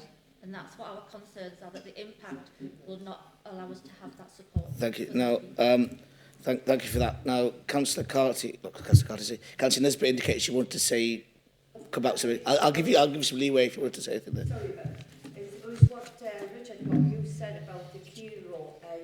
Council doesn't run shopping centres. No, they don't. But we have got an arm length company, Advance, they do. And they run the Manor Walks now, which is it's actually getting to be more successful now. Brilliant. So that's the sort of thing that could have been happening. Do you want to answer that one? No, I think we're going to go on to Manor Walks today.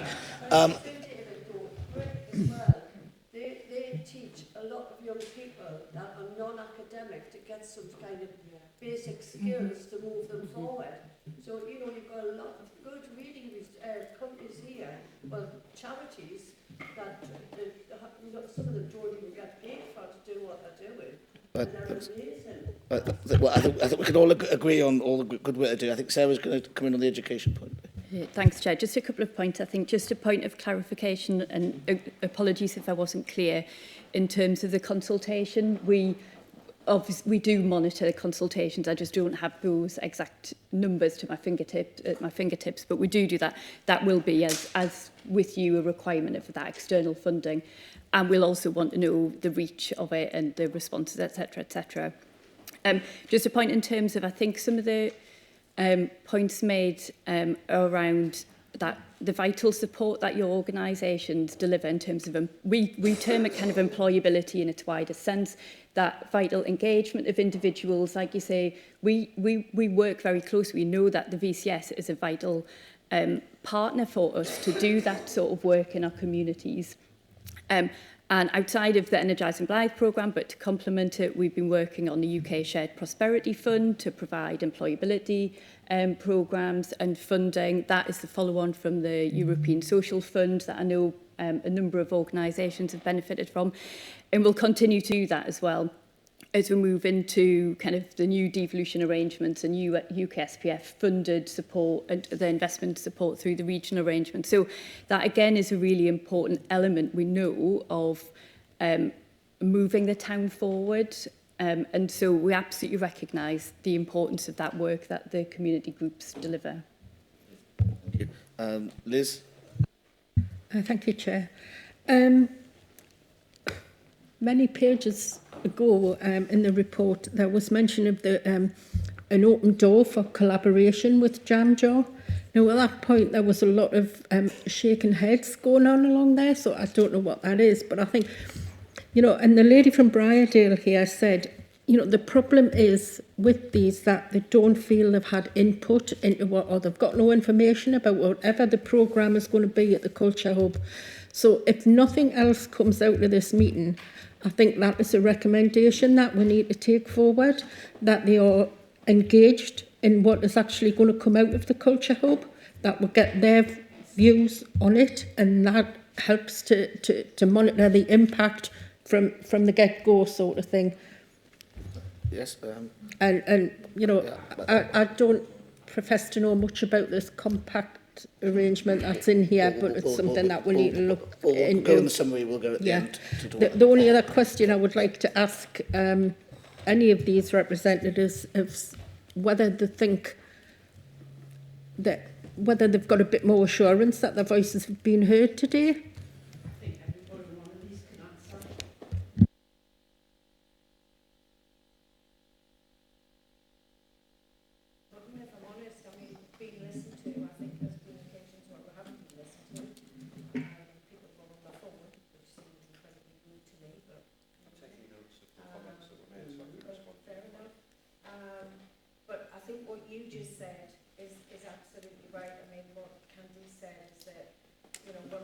For example, we don't know what is going to be in there.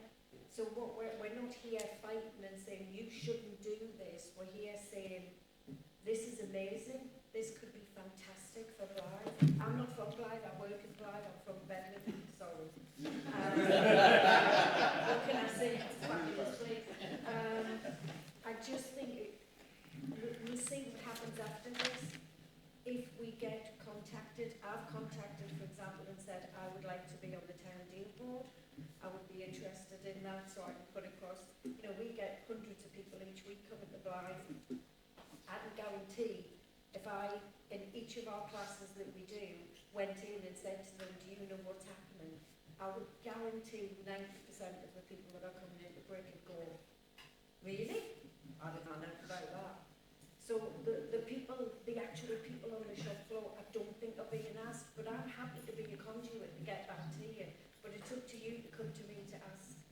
Because I don't know who the people are I need to talk to, but I am more than happy to spend my time talking to you about, because Blythe's got every opportunity now to completely transform itself. But if the council just goes ahead doing what they think is the right thing to do for the people, as opposed to asking the people what they want. Okay, thank you. Thanks for that. Does anyone else would like to answer that? Or? Want to add anything? I agree. I think the proof's in the pudding. We've been talking for a long time and no one's been listening. There's a big difference between consultation and listening.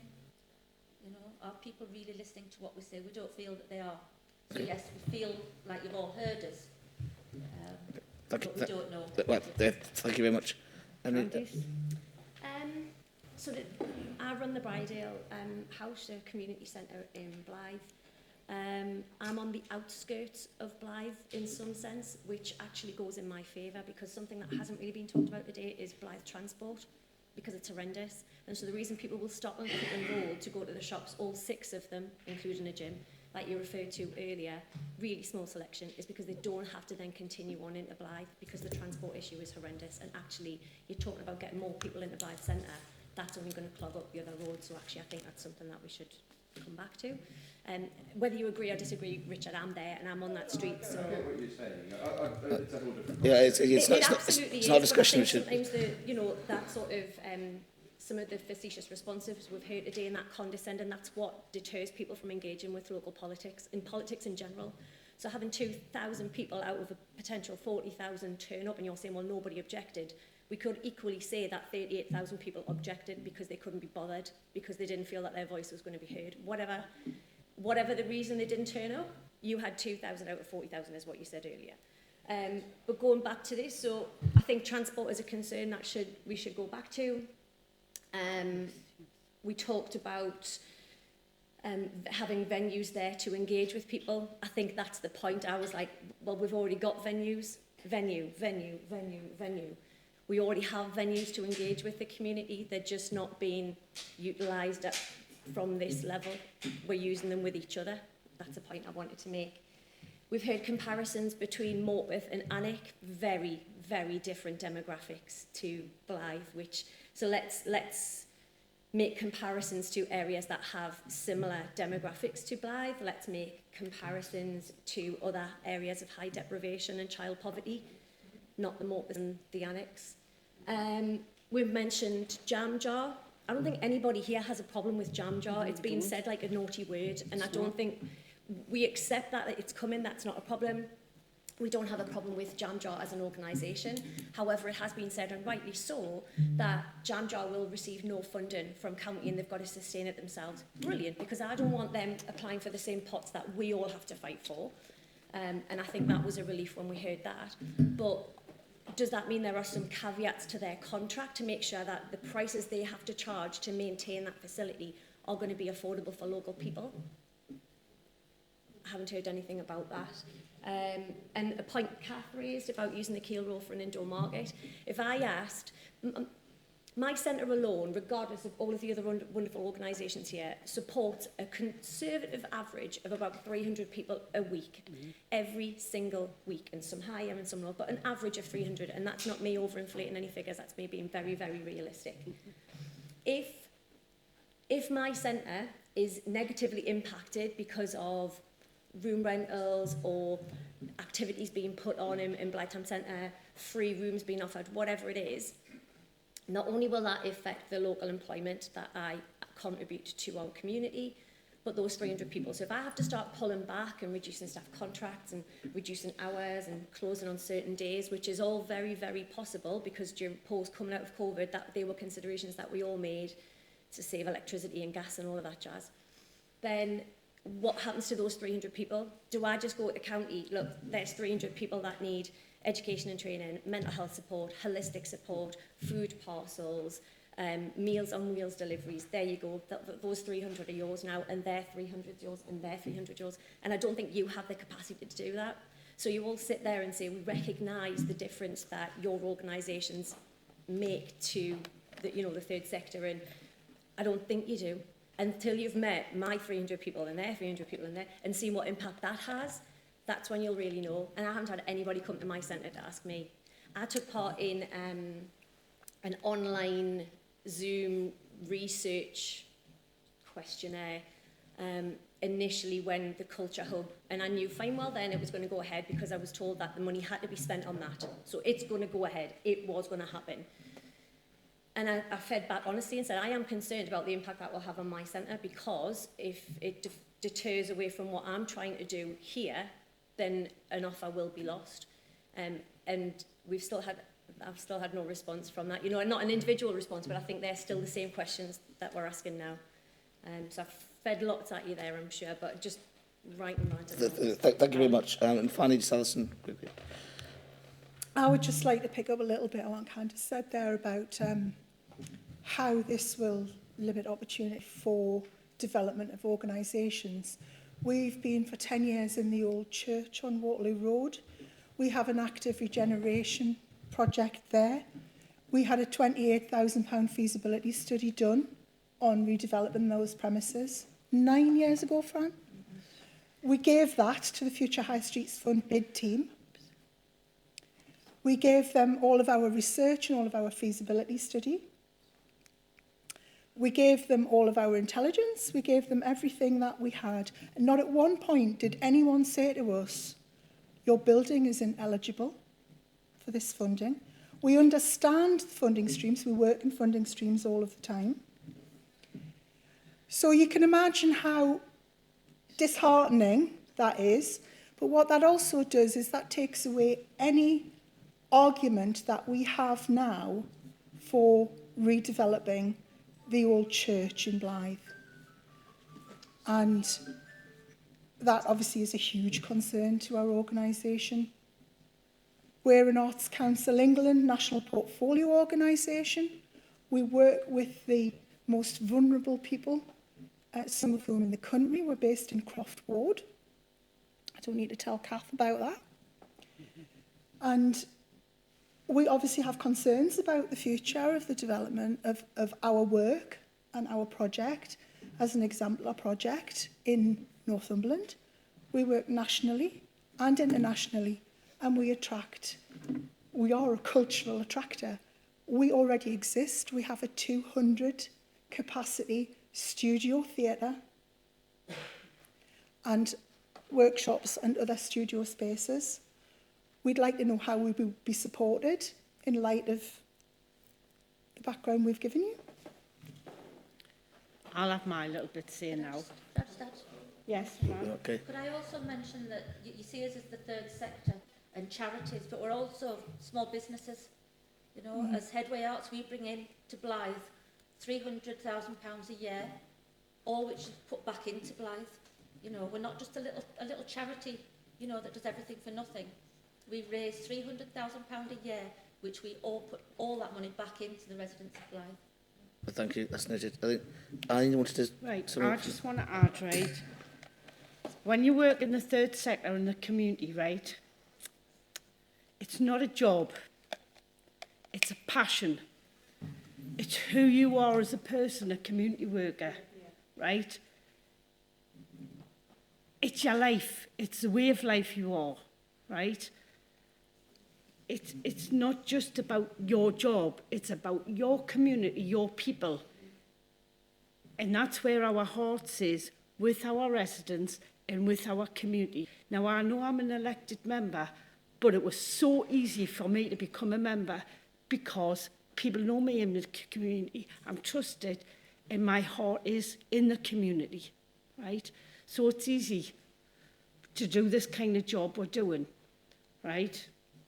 I want to just say a little bit about the centre I run. Our community centre this year is 50-year-old. It started off 50 years ago by a group of women who wanted to put activities on in the town of Blythe for children during the miners' strikes years. They ran a soup kitchen and everything. And some of those people are still part of the centre now, and they've given 50 years of volunteer time. That's a lifetime, right? Which is a concern because my centre's quite close to the town centre. I do a lot of the same as what Candice does, right? And if the cultural hub, which you still don't have a delivery plan for, let's get this right. You don't have a plan. You've got a Jam Jar Cinema, but you haven't got a delivery plan in place, right? The concerns we all have is we make a revenue from room rental. We have our youth projects there. I work with a lot of the black minority ethnic groups, and I have big events such as the IFTA there, things like that. I don't want them taken away from my community centre. That's why we want a compact agreement in place so that we can all make Blythe a better place, offer a better thing, right? We want to be able to continue doing what we're doing with the confidence that you have listened to it and that you will think about what we all offer to our community. Thank you very much for that. Alex, next. Thanks, Chair. What can you say? That hasn't been said. Very little. Very, very little. I'm a lot wiser as to what your problems and your concerns were, but I have to be truthful on reading the report, which I thought was really good. To get a potential £110 million into a town is incredible. But can you imagine in 5 years' time if it's hasn't taken off. And these people here don't know if their buildings are still going. What they're fighting for is their future. They're fighting for the future of Blythe as well. It concerns me, looking at the report, for example, Chair. I will find a question while I ramble, by the way. If you look at the what they're building at the Port of Blythe, my idea is it's for upskilling, it's for training, it's to meet the new jobs that will be coming on my side of the river. Camas David, first time it's been mentioned today. It's neither in Blythe or Bedlington, so I thought I'd better mention it. Place of its own. Thought I'd better mention it, Chair. But that was my understanding what that's about. But it's also about making that part of Blythe, whereas before it was always felt as if it was away from Blythe. Being a former Port Blythe Commissioner for some 10 years, it was something we were keen on putting it together. Then I see the culture hub coming, and I can understand why it's coming. It's the fear. That's the word here, fear. I remember talking to the previous proprietors at the Phoenix, who were very concerned. I used to be on Midnag. Midnag, many years ago, Mid-Northumberland Arts Group, used to annually give funding to the Annick Playhouse. Annick Playhouse did a diverse range of activities, but always ran short of money. Till they put a film on a Saturday and the kids came in, and Phoenix has had to do the same to survive. So they're worried they can't survive if there's a competitor. But I'm reading in the report that it's not competition. And the only way, Chair, there can't be competition is to be part of that Blythe Town Board. I sit on a Borderlands board, Malcolm and Christine as well. We've tried everything to get other people involved, and sometimes you can't. So the council puts his head above the parapet and gets the rollicking. That's the reality. I'm hearing people who want to be part of it, who want to drive Blythe forward. That's an offer we should not refuse. My question is, Chair, do you want a proposal that this comes back to this committee on a biannual basis so it can be updated as to the progress? Annual basis, I'd be happy, providing that proviso that the communities are happy with the way it's going. If not, we should be able to give them a channel, whether it's Richard's email address or whatever, that they can really drive things forward. And I thank them for being brave enough to come here, because they have made it clear, although they're passionate about their own activities, they're more passionate about Blythe and the success of Blythe.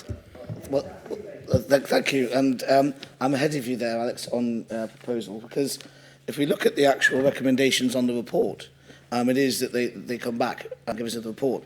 And I would think, because we don't have anything yet on our diary for November, I think we have a report back in November, just a small updating report, but also maybe invite these guys back and they can feedback of their experiences of what's happened. That gives you a few months to maybe work together and see what progress is made.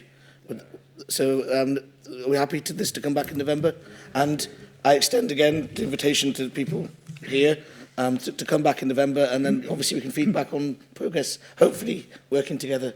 That'll be very helpful. And just to clarify, that would be the 25th of November. 25th of November, yep. 25th. Yeah, Councillors. Sorry? Well, I did. There won't be ever a proposal, Councillor Ness, but there won't be a proposal from this administration to reopen shops in the Keel Road. That is not happening. Yeah. Thank you. Sorry.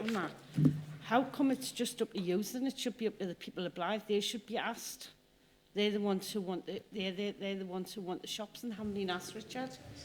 And it's Blythe Town Centre, and it's a residence. I think we're going back over old ground there. I think. Why Why can't the residents be asked?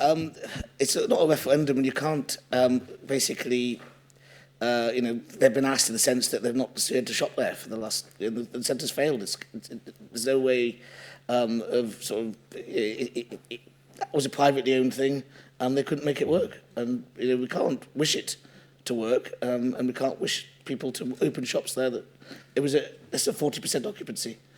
We could pilot the scheme of little businesses to try and get in there. I don't think. It's precisely, Chair, through you. So that's exactly what Northumberland Estates were doing. They put some pods in there. They could not get the footfall. They could not get the businesses, and so you can. Well, there we have it. I mean, whatever way it's done, it's wrong. I'm conscious of time. I want to move on. Councillor Robinson. Thank you, Chair. I've listened to this and previously been involved in the third sector. I understand a lot of it now. Bligh's had its problems for a lot of years. And these various problems have been addressed by these community groups. And anybody that understands the third sector knows how this thing works. These people tackle a problem within their community, and that's how they develop and flourish. What I was really shocked about was no community impact assessment on this stuff. Every application I've worked on, there's a community impact assessment. Now, all these questions could have been addressed through that.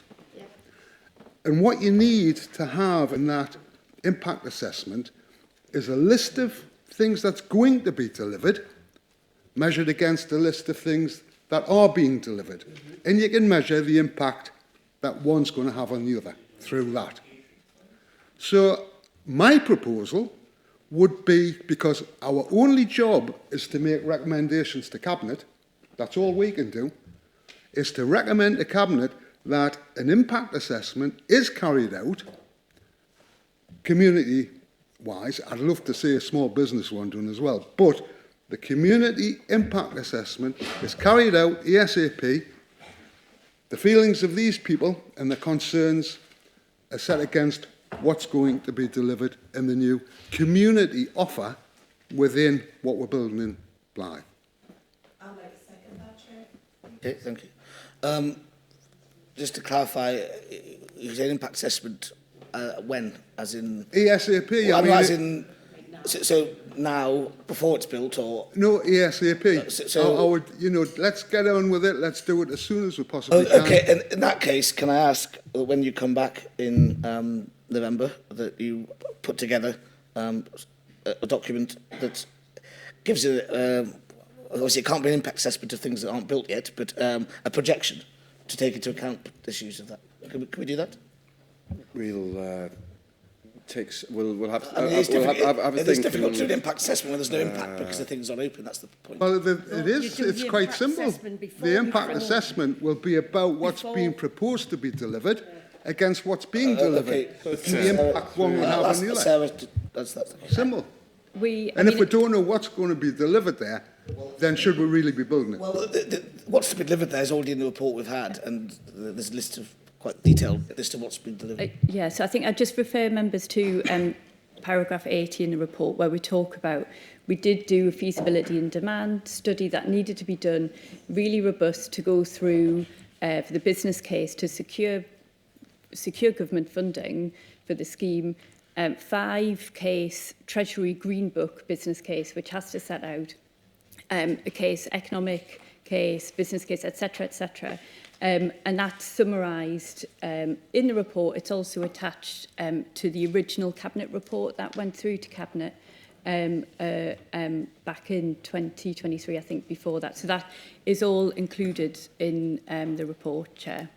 Well, can we ask then that there was a full summary of that impact statement in the report that you bring in November, just so that people can see exactly what was taken into account and what the projections are? Councillor Ball, I really need to come back in here. I'm really sorry, and I'm going to bring Ali back in. I have asked and asked and asked for an impact assessment to be carried out before all of this, right? We as community organisations, you don't know what that impact's going to be on us because you haven't asked, and I'm going to bring Ali in on this. I think there needed to be proper scoping done. I think it's been a funding-led operation that's happened in a pre-COVID world. The world has changed since this scheme was put together. I can't see that it's been altered in response to the world that we're now living in after COVID. I do believe that facilities are being duplicated. So I think that would certainly be something that should be looked at. I think the impact on all of our organisations, we probably could project that, but it would be a projection. Well, yes, by definition. But I think the scoping of provision that is already there could be the least thing that could be done. Okay. Sarah, I mean, I think what would be incredibly useful for officers to inform the November meeting is if members were able to look at the material that's already been included in a report and previous cabinet reports, and the business case and the feasibility and demand assessments and the external appraisal. And then if there's anything in addition to that that you would like us to look at, we can consider that. Can I ask then that all those documents you mentioned are circulated to members of the committee and Councillor Nisbet and Carty? Absolutely. Thank you. So there's-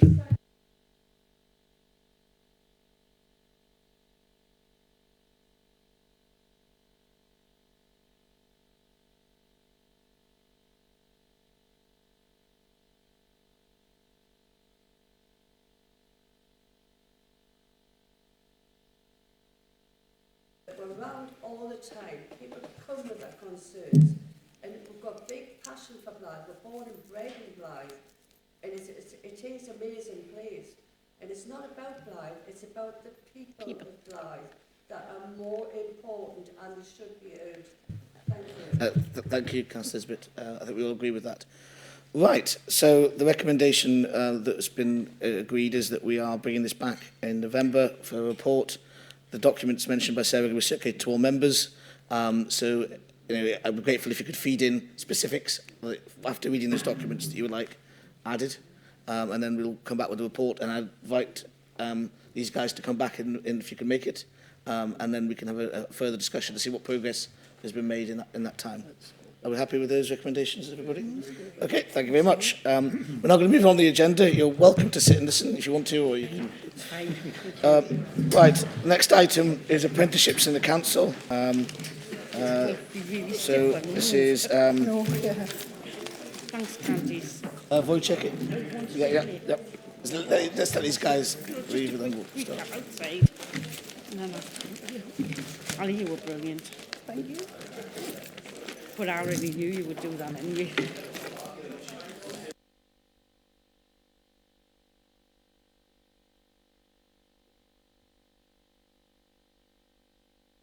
Thank you, Chair. I'm glad I'm not on the Richard's seat now.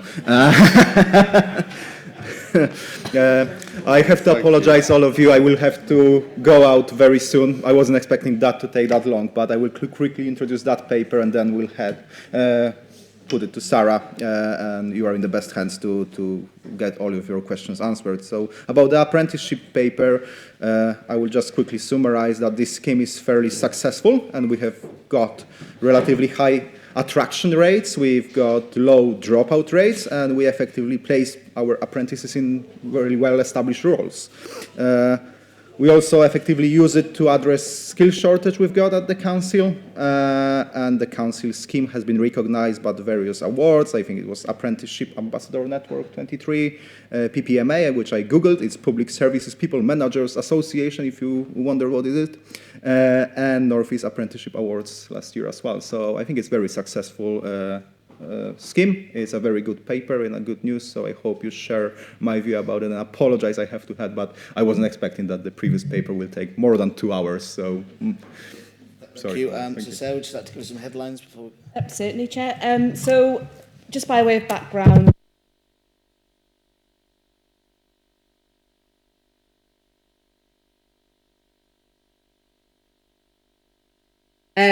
it's 0.5% of our total wage bill plus a 10% government top-up on that. So we are able to assign that funding towards the apprenticeships at the council, and we do that either through directly employed apprentices or through upskilling. The paper covers, like Wojciech said, we've got good numbers, we've got low dropout rates, they haven't fluctuated much. We're about to move to a 2 cohort a year approach, which hopefully would address our dropout figures even higher, because joining as a cohort, they would get support through their colleagues starting at the same time. Plus, you would expect people who are joining a cohort on that twice-a-year programme to have made a more considered decision as to why they want to be an apprentice and come and join us. So in terms of the recruitment, I think we were too sharp to get this report to the March Scrutiny Committee, but we have the benefit now of being able to present our full 23-24 data. We have experienced high levels of recruitment this year. A big one for us has been the Data Academy pilot, which has been something we've never tried before. It's been very successful. We managed to get 48 of our existing staff onto that programme in December 2023, and we plan for a phase 2 cohort start in September 2024. Our attraction figures are very, very good. We've got an average 26.36 applications per post in June 2023. And we received 9.75 for the posts in August 23. I think that's because it was misaligned with the academic year. But obviously we've taken steps to address that this year. We benchmark really well against other North East authorities. People want to come and work in Northumberland and learn in Northumberland. In terms of the actual demographics of our programme, as you'd expect, we see a really high prevalence of employment of apprentices in the younger age categories. 52% of our learners are under the age of 29. Slight mismatch with our overall employment demographics, because only 12% of our workforce are under 29. The gender of our apprenticeship workforce is mostly women, very much reflective of our whole workforce demographic. The ethnicity makeup is reflective of the ethnicity of the population of Northumberland, and we have 1 in 10 of our apprentices have a learning difficulty or disability, so we are offering opportunities to people who are SEN. Where are our apprentices working? The majority of them are working in place and regen and children's, and we've got our greatest number of upskilling apprenticeships occurring in public health and transformation. That possibly is due to the Data Academy from the past year, because they are really sort of data-hungry areas of work. We've got really good retention and conversion rates, so people stay on programme with us, they complete their apprenticeship with us, and one of the conditions that we attach to our apprenticeships is that there needs to be an exit plan at the other end, so people don't just emerge from an apprenticeship and we automatically lose them. There has to be an onward plan for that. In terms of our actual spend, we do really well. We spent 92.45% of our allocation in 23-24. Again, we've benchmarked ourselves and we do really well against other local authorities in the region. So we're maximising the spend of the levy, so there's very little actually being returned to government. So in conclusion, Chair, low dropout rates, high rates of attraction, where the apprenticeships are highly valued by services, which I think is demonstrated by the distribution across all of the directorates. We are very effective in addressing known areas of skills shortages, and there's plans in place to be even more effective in that. And when we align it to our people and culture strategy and the commitments we've made in there around strategic workforce planning, we've got really high conversion into established roles and really high levels of levy spend. I hope the committee found this report useful. It was fairly loose parameters. It's very data heavy, but my proposal would be, Chair, to possibly integrate this into the annual workforce report from this yes, point forward. I think that would be sensible going forward. But it was good to have a good overview of focusing on apprenticeships, because it has been an issue that's been raised a few times. Lynn? Yes, and thank you very much for bringing this, Sarah. It's very informative, and and it's good to see that we're performing well. And the upskilling as well is really very informative.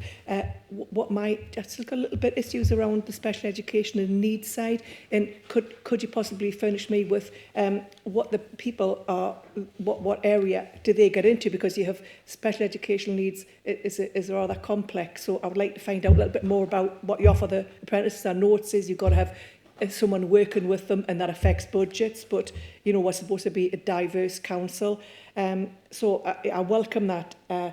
And also in the Asian minority, I don't know what we could do to perhaps attract, because obviously we've got asylum seekers, etc., coming in, and I don't know if there's anything we could do further that could encourage more people to be able to get on this pathway.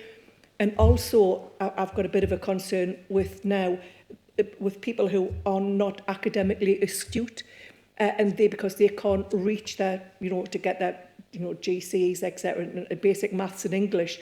How would that affect the apprenticeship scheme, please, if that makes sense to you, Sarah? Yes, so John, pick up some of those things I can probably answer today, others I might have to come back to. Thank you. So with regards to the areas that we have SEN learners, I'm afraid I don't have those figures with me, but what I would say is that as a council we have alternative routes into education for people with SEN. So you may or may not be aware of the supported internships that's currently being run within education and skills. So that offers an alternative route that mightn't necessarily be via an apprenticeship route, but it is another supportive route into education. With regards to attracting our BAME population into apprenticeships, I'm not fully informed on what we currently do with that, but obviously we've got networks, etc., that we could look at. For those that find they haven't necessarily come to us via an academic route, I think that the apprenticeships absolutely do offer an alternative route to skills development without having to go through an academic route. With regards to supporting them through achieving their basic skills, we do allow people to come, we do allow people on programme and then support them to gain their, for example, their maths and their English, and it's an alternative route to your classic sort of GCSE route. So there are efforts in place to address that. Just to follow on that, it's my worry is because it's taken out of the directors' budgets, and I just, and what impact it could have on the directors' budgets if we're going to be trying to put all this in place. So, perhaps we could look into that as well in future. You don't mind, Sarah? Thank you. Thank you. Thanks, Chair. Thank you. Malcolm? Thank you, Chair. Sarah, the apprenticeships and numbers, page 65, and paragraph 5124 in particular. I understand you're targeting the apprenticeships more towards the end result, so we get to keep them after we've trained them, etc. But how many are we losing? How many apprenticeships did we used to offer that we no longer do because there isn't a targeted exit? So in current terms, people aren't on programme unless there's an exit plan for them. Yes, but we used to do that. So historically, we would have lost more because I think there was a lack of focus. I think we were engaging people on apprenticeships that weren't necessarily focused to any sort of strategic end for us. So we would have people on, for example, I don't want to degrade the validity or weight of any apprenticeship programme, but we would have like an overabundance of, say, business admin apprentices. Yeah. And of course, there are only so many business and admin appropriate vacancies at the end of that programme, so we would be losing people. We're not doing that now. What we're now doing is saying, well, what's the need going to be in 2 or 3 years' time? Yep. We will try and employ and recruit to those vacancies. So we're building that workforce of the future. So I won't try and hide the fact that I think prior to now, it hasn't had the focus that it needed, and we probably will have been losing people. We will have definitely had a turnover whereby we were training people up and that talent was kind of walking out the door because we simply did not have the opportunities for them at the end of programme. That's not the case now. Well, I would make the point that what you're talking about is more suitable for private business, maybe not a council as such, the social impact of what you're talking about, there is a cost there. But you said the spend hasn't been reduced, the spend. We said we're performing, we're using 90% of the spend or something? So yes. has that been reduced given the number of reduction in apprenticeships? So I'm trying to locate the data in the report. It was just something you said that I've written down. Wasn't it a percentage of the levy you were talking about? Yeah, you it was a government levy. That was the amount of money available from government. Yeah. So yes, we have a total budget, if you like. So the 0.5% of the wage bill plus the 10% top up, and at 10.2 there's a table there which in the last column it details the spend, the percentage spend that we've achieved. So it's fluctuated, but it's stayed fairly stable. So I think in 2021 it was 93.84%, and then subsequently it's been 90.5%. Yeah, but what's the actual figure? That's the column next door, the actual levy spent. So we spent 932,073 in 23-24, as opposed to 813 as it was in 2021. So the actual amount has increased, and we've also increased the percentage spent as well. I think it'll also help if you go on to page 66. It gives you the number of apprenticeships starting in each year, and you'll see it's gone down and then it's gone up again, and so it's up and down. But we're now 169 in the current year. It was 136 the year before that, 129 the year before that, 155 the year before that, and then it was 272 in 1920. So it's gone down then and gone back up again. My last question's on page 67, actually. And all I want to ask is, looking at the graph, is it time dependent when somebody comes along and asks for an apprenticeship? So yes, we do 2 intakes a year. We used to do a roll-on, roll-off basis. Yeah. It wasn't aligned to the academic the providers, the learning providers, and as a result of which, quite often we would take people on, and then we'd really struggle to find them a suitable learning programme. What we're doing now is we're taking on 2 intakes, one in September, and then second one in January, because what we actually find is that people might pursue an academic pathway, get to sort of Christmas time and think, this is not for me. So we're capturing those people again to start at a later date in the year to align with the academic calendar. Right, thank you. Alex? Yeah, thanks very much. Can I ask a very simple question? Does everyone who applies to be an apprentice get an interview? No, there is a shortlisting process.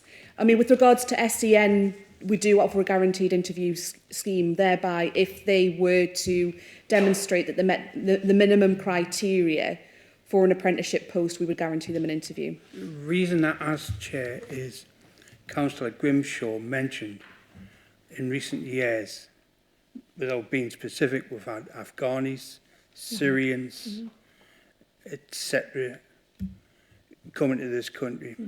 More so recently, of course, Ukrainians. And I'm wondering if perhaps we, as an authority, being as diverse as we say we are, could encourage positive discrimination towards guaranteeing an interview. Well, that's a that's a policy question, but I think the members of the administration have gone, so I can't give you an answer, but so it's something we could put to them. Yeah. Chair, sorry, just to follow. I know we've done our best throughout Northumberland to encourage these groups of people to become volunteers in different establishments to integrate better. What I don't know, but sometimes I read, is people who are the most qualified are sitting in somebody's home in Rothbury or Cramlington, unable to use those skills. Doesn't mean to say those skills are the ones we actually want, but perhaps they could be transferred into the skills that we need. And if we give them that opportunity, all I'm talking about is providing an opportunity. And I don't know where we can take that question to, Chair, but I think it's a question that I don't think this administration would be frightened to give an answer to that question. Sarah, can you take that forward to ask and get an answer from the administration? Great. Okay, Councillor Taylor.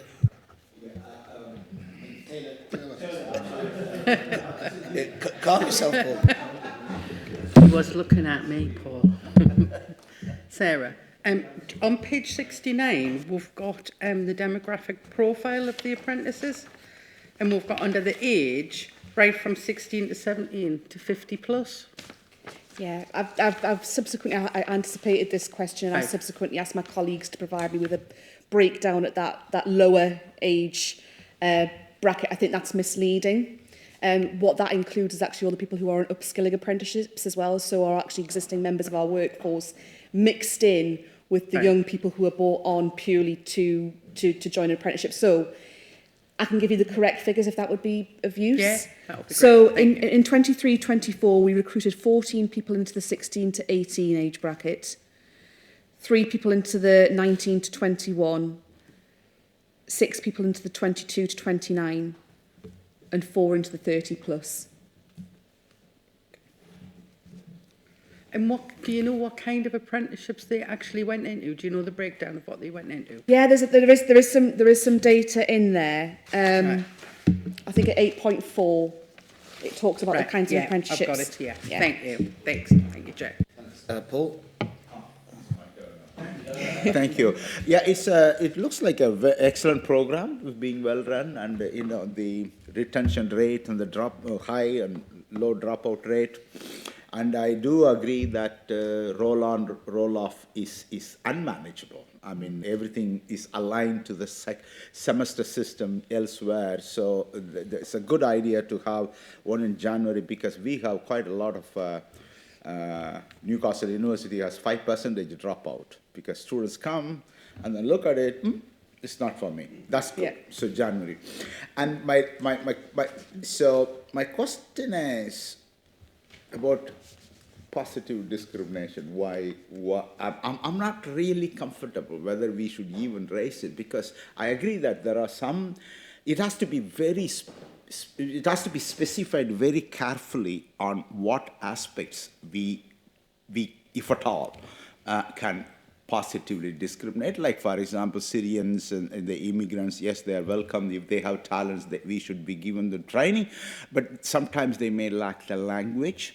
So we need to be very careful. I'm skeptical about this blanket term, positive discrimination. That's we need to specify it in what way we are going to relax this one. So if at all it goes to the committee or cabinet, I would like to see a clear specification of in what aspects we are going to discriminate. I think we can add that to the question. You want to come back on that? Yes, please, you don't mind. Yeah, we don't mean it in a not a nice manner. What we mean is because there's lots of community groups that's dealing with these people who come for this country for whatever reason. And yes, it's very difficult, but we have organisations all over Blythe, Ashington, maybe it's Camas, I don't know. But we have people who want to be into the community, engage, but because of possibly, yes, the language barrier, but because they're not getting the information that they may require to be able to be encouraged to come on apprenticeships. Because, we've had, and I hark back to the community chest, we had a wonderful presentation from a gentleman who came. He was absolutely fantastic.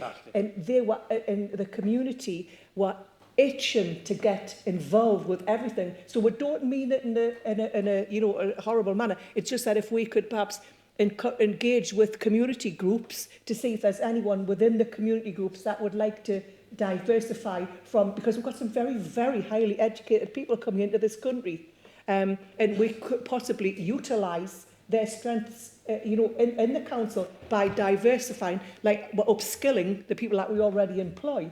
And perhaps we could be looking at a better way of looking at apprenticeships through this route to get the people that we know got all the qualifications coming into this country. Because we've got some brilliant, brilliant people coming into this country. I totally agree with you in that spirit. But when it comes to implementation, I'm merely pointing out we have to be very specific in what The point is, if there's a policy, it has to be clear who it applies to. Right. Anybody else got any questions? Well, Thank you very much for that report, Sarah, and look forward to getting the workplace one next time. Right, moving on. Chair, can I get a 5-minute overbreak? Well, hopefully we'll be very quick in the last... It looks like a big one,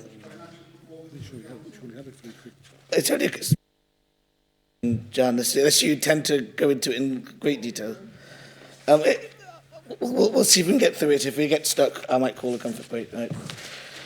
It also might encourage you to ask less questions if you... Right, item 7. So you've got your brief there, Jan, to be brief. So please, can you just give us the headlines?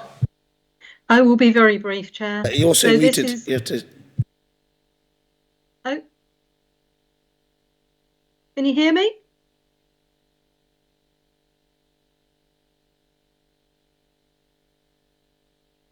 My microphone isn't muted.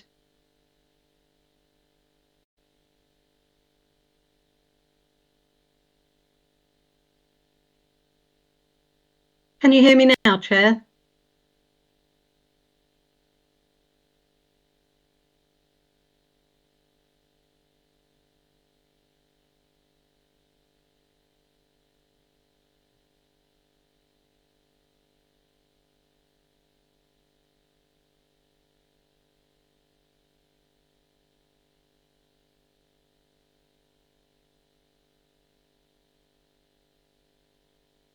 Sorry. Jan, can you try speaking again? Okay, can you hear me now? No, still can't hear you. Sorry.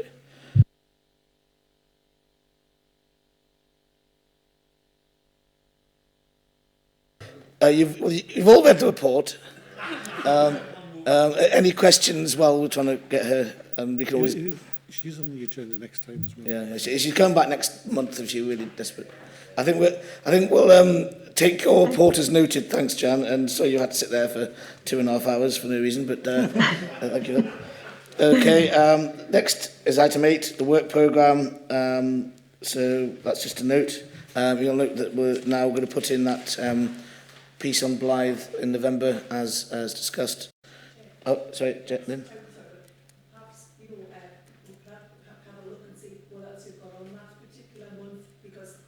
Nothing. It's blank at the moment. Sorry? November's blank, which is why I suggested.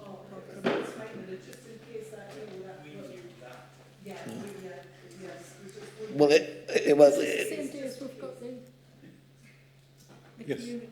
Yes. Yeah, that's what I'm saying. It's blank.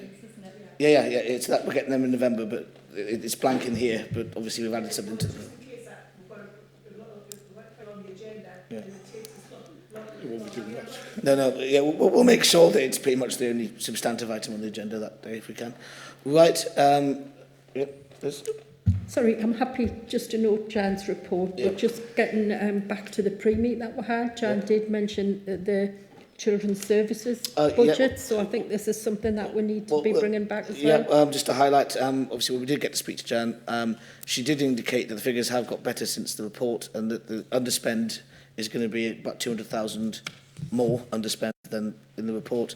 But she did highlight that, as perennially is an issue, children's services is over budget, and that's something that they're going to look at and we should look at in the future, just to flag that. Right, and urgent business, if any? No? Well, thank you very much for a very productive meeting. Thank you.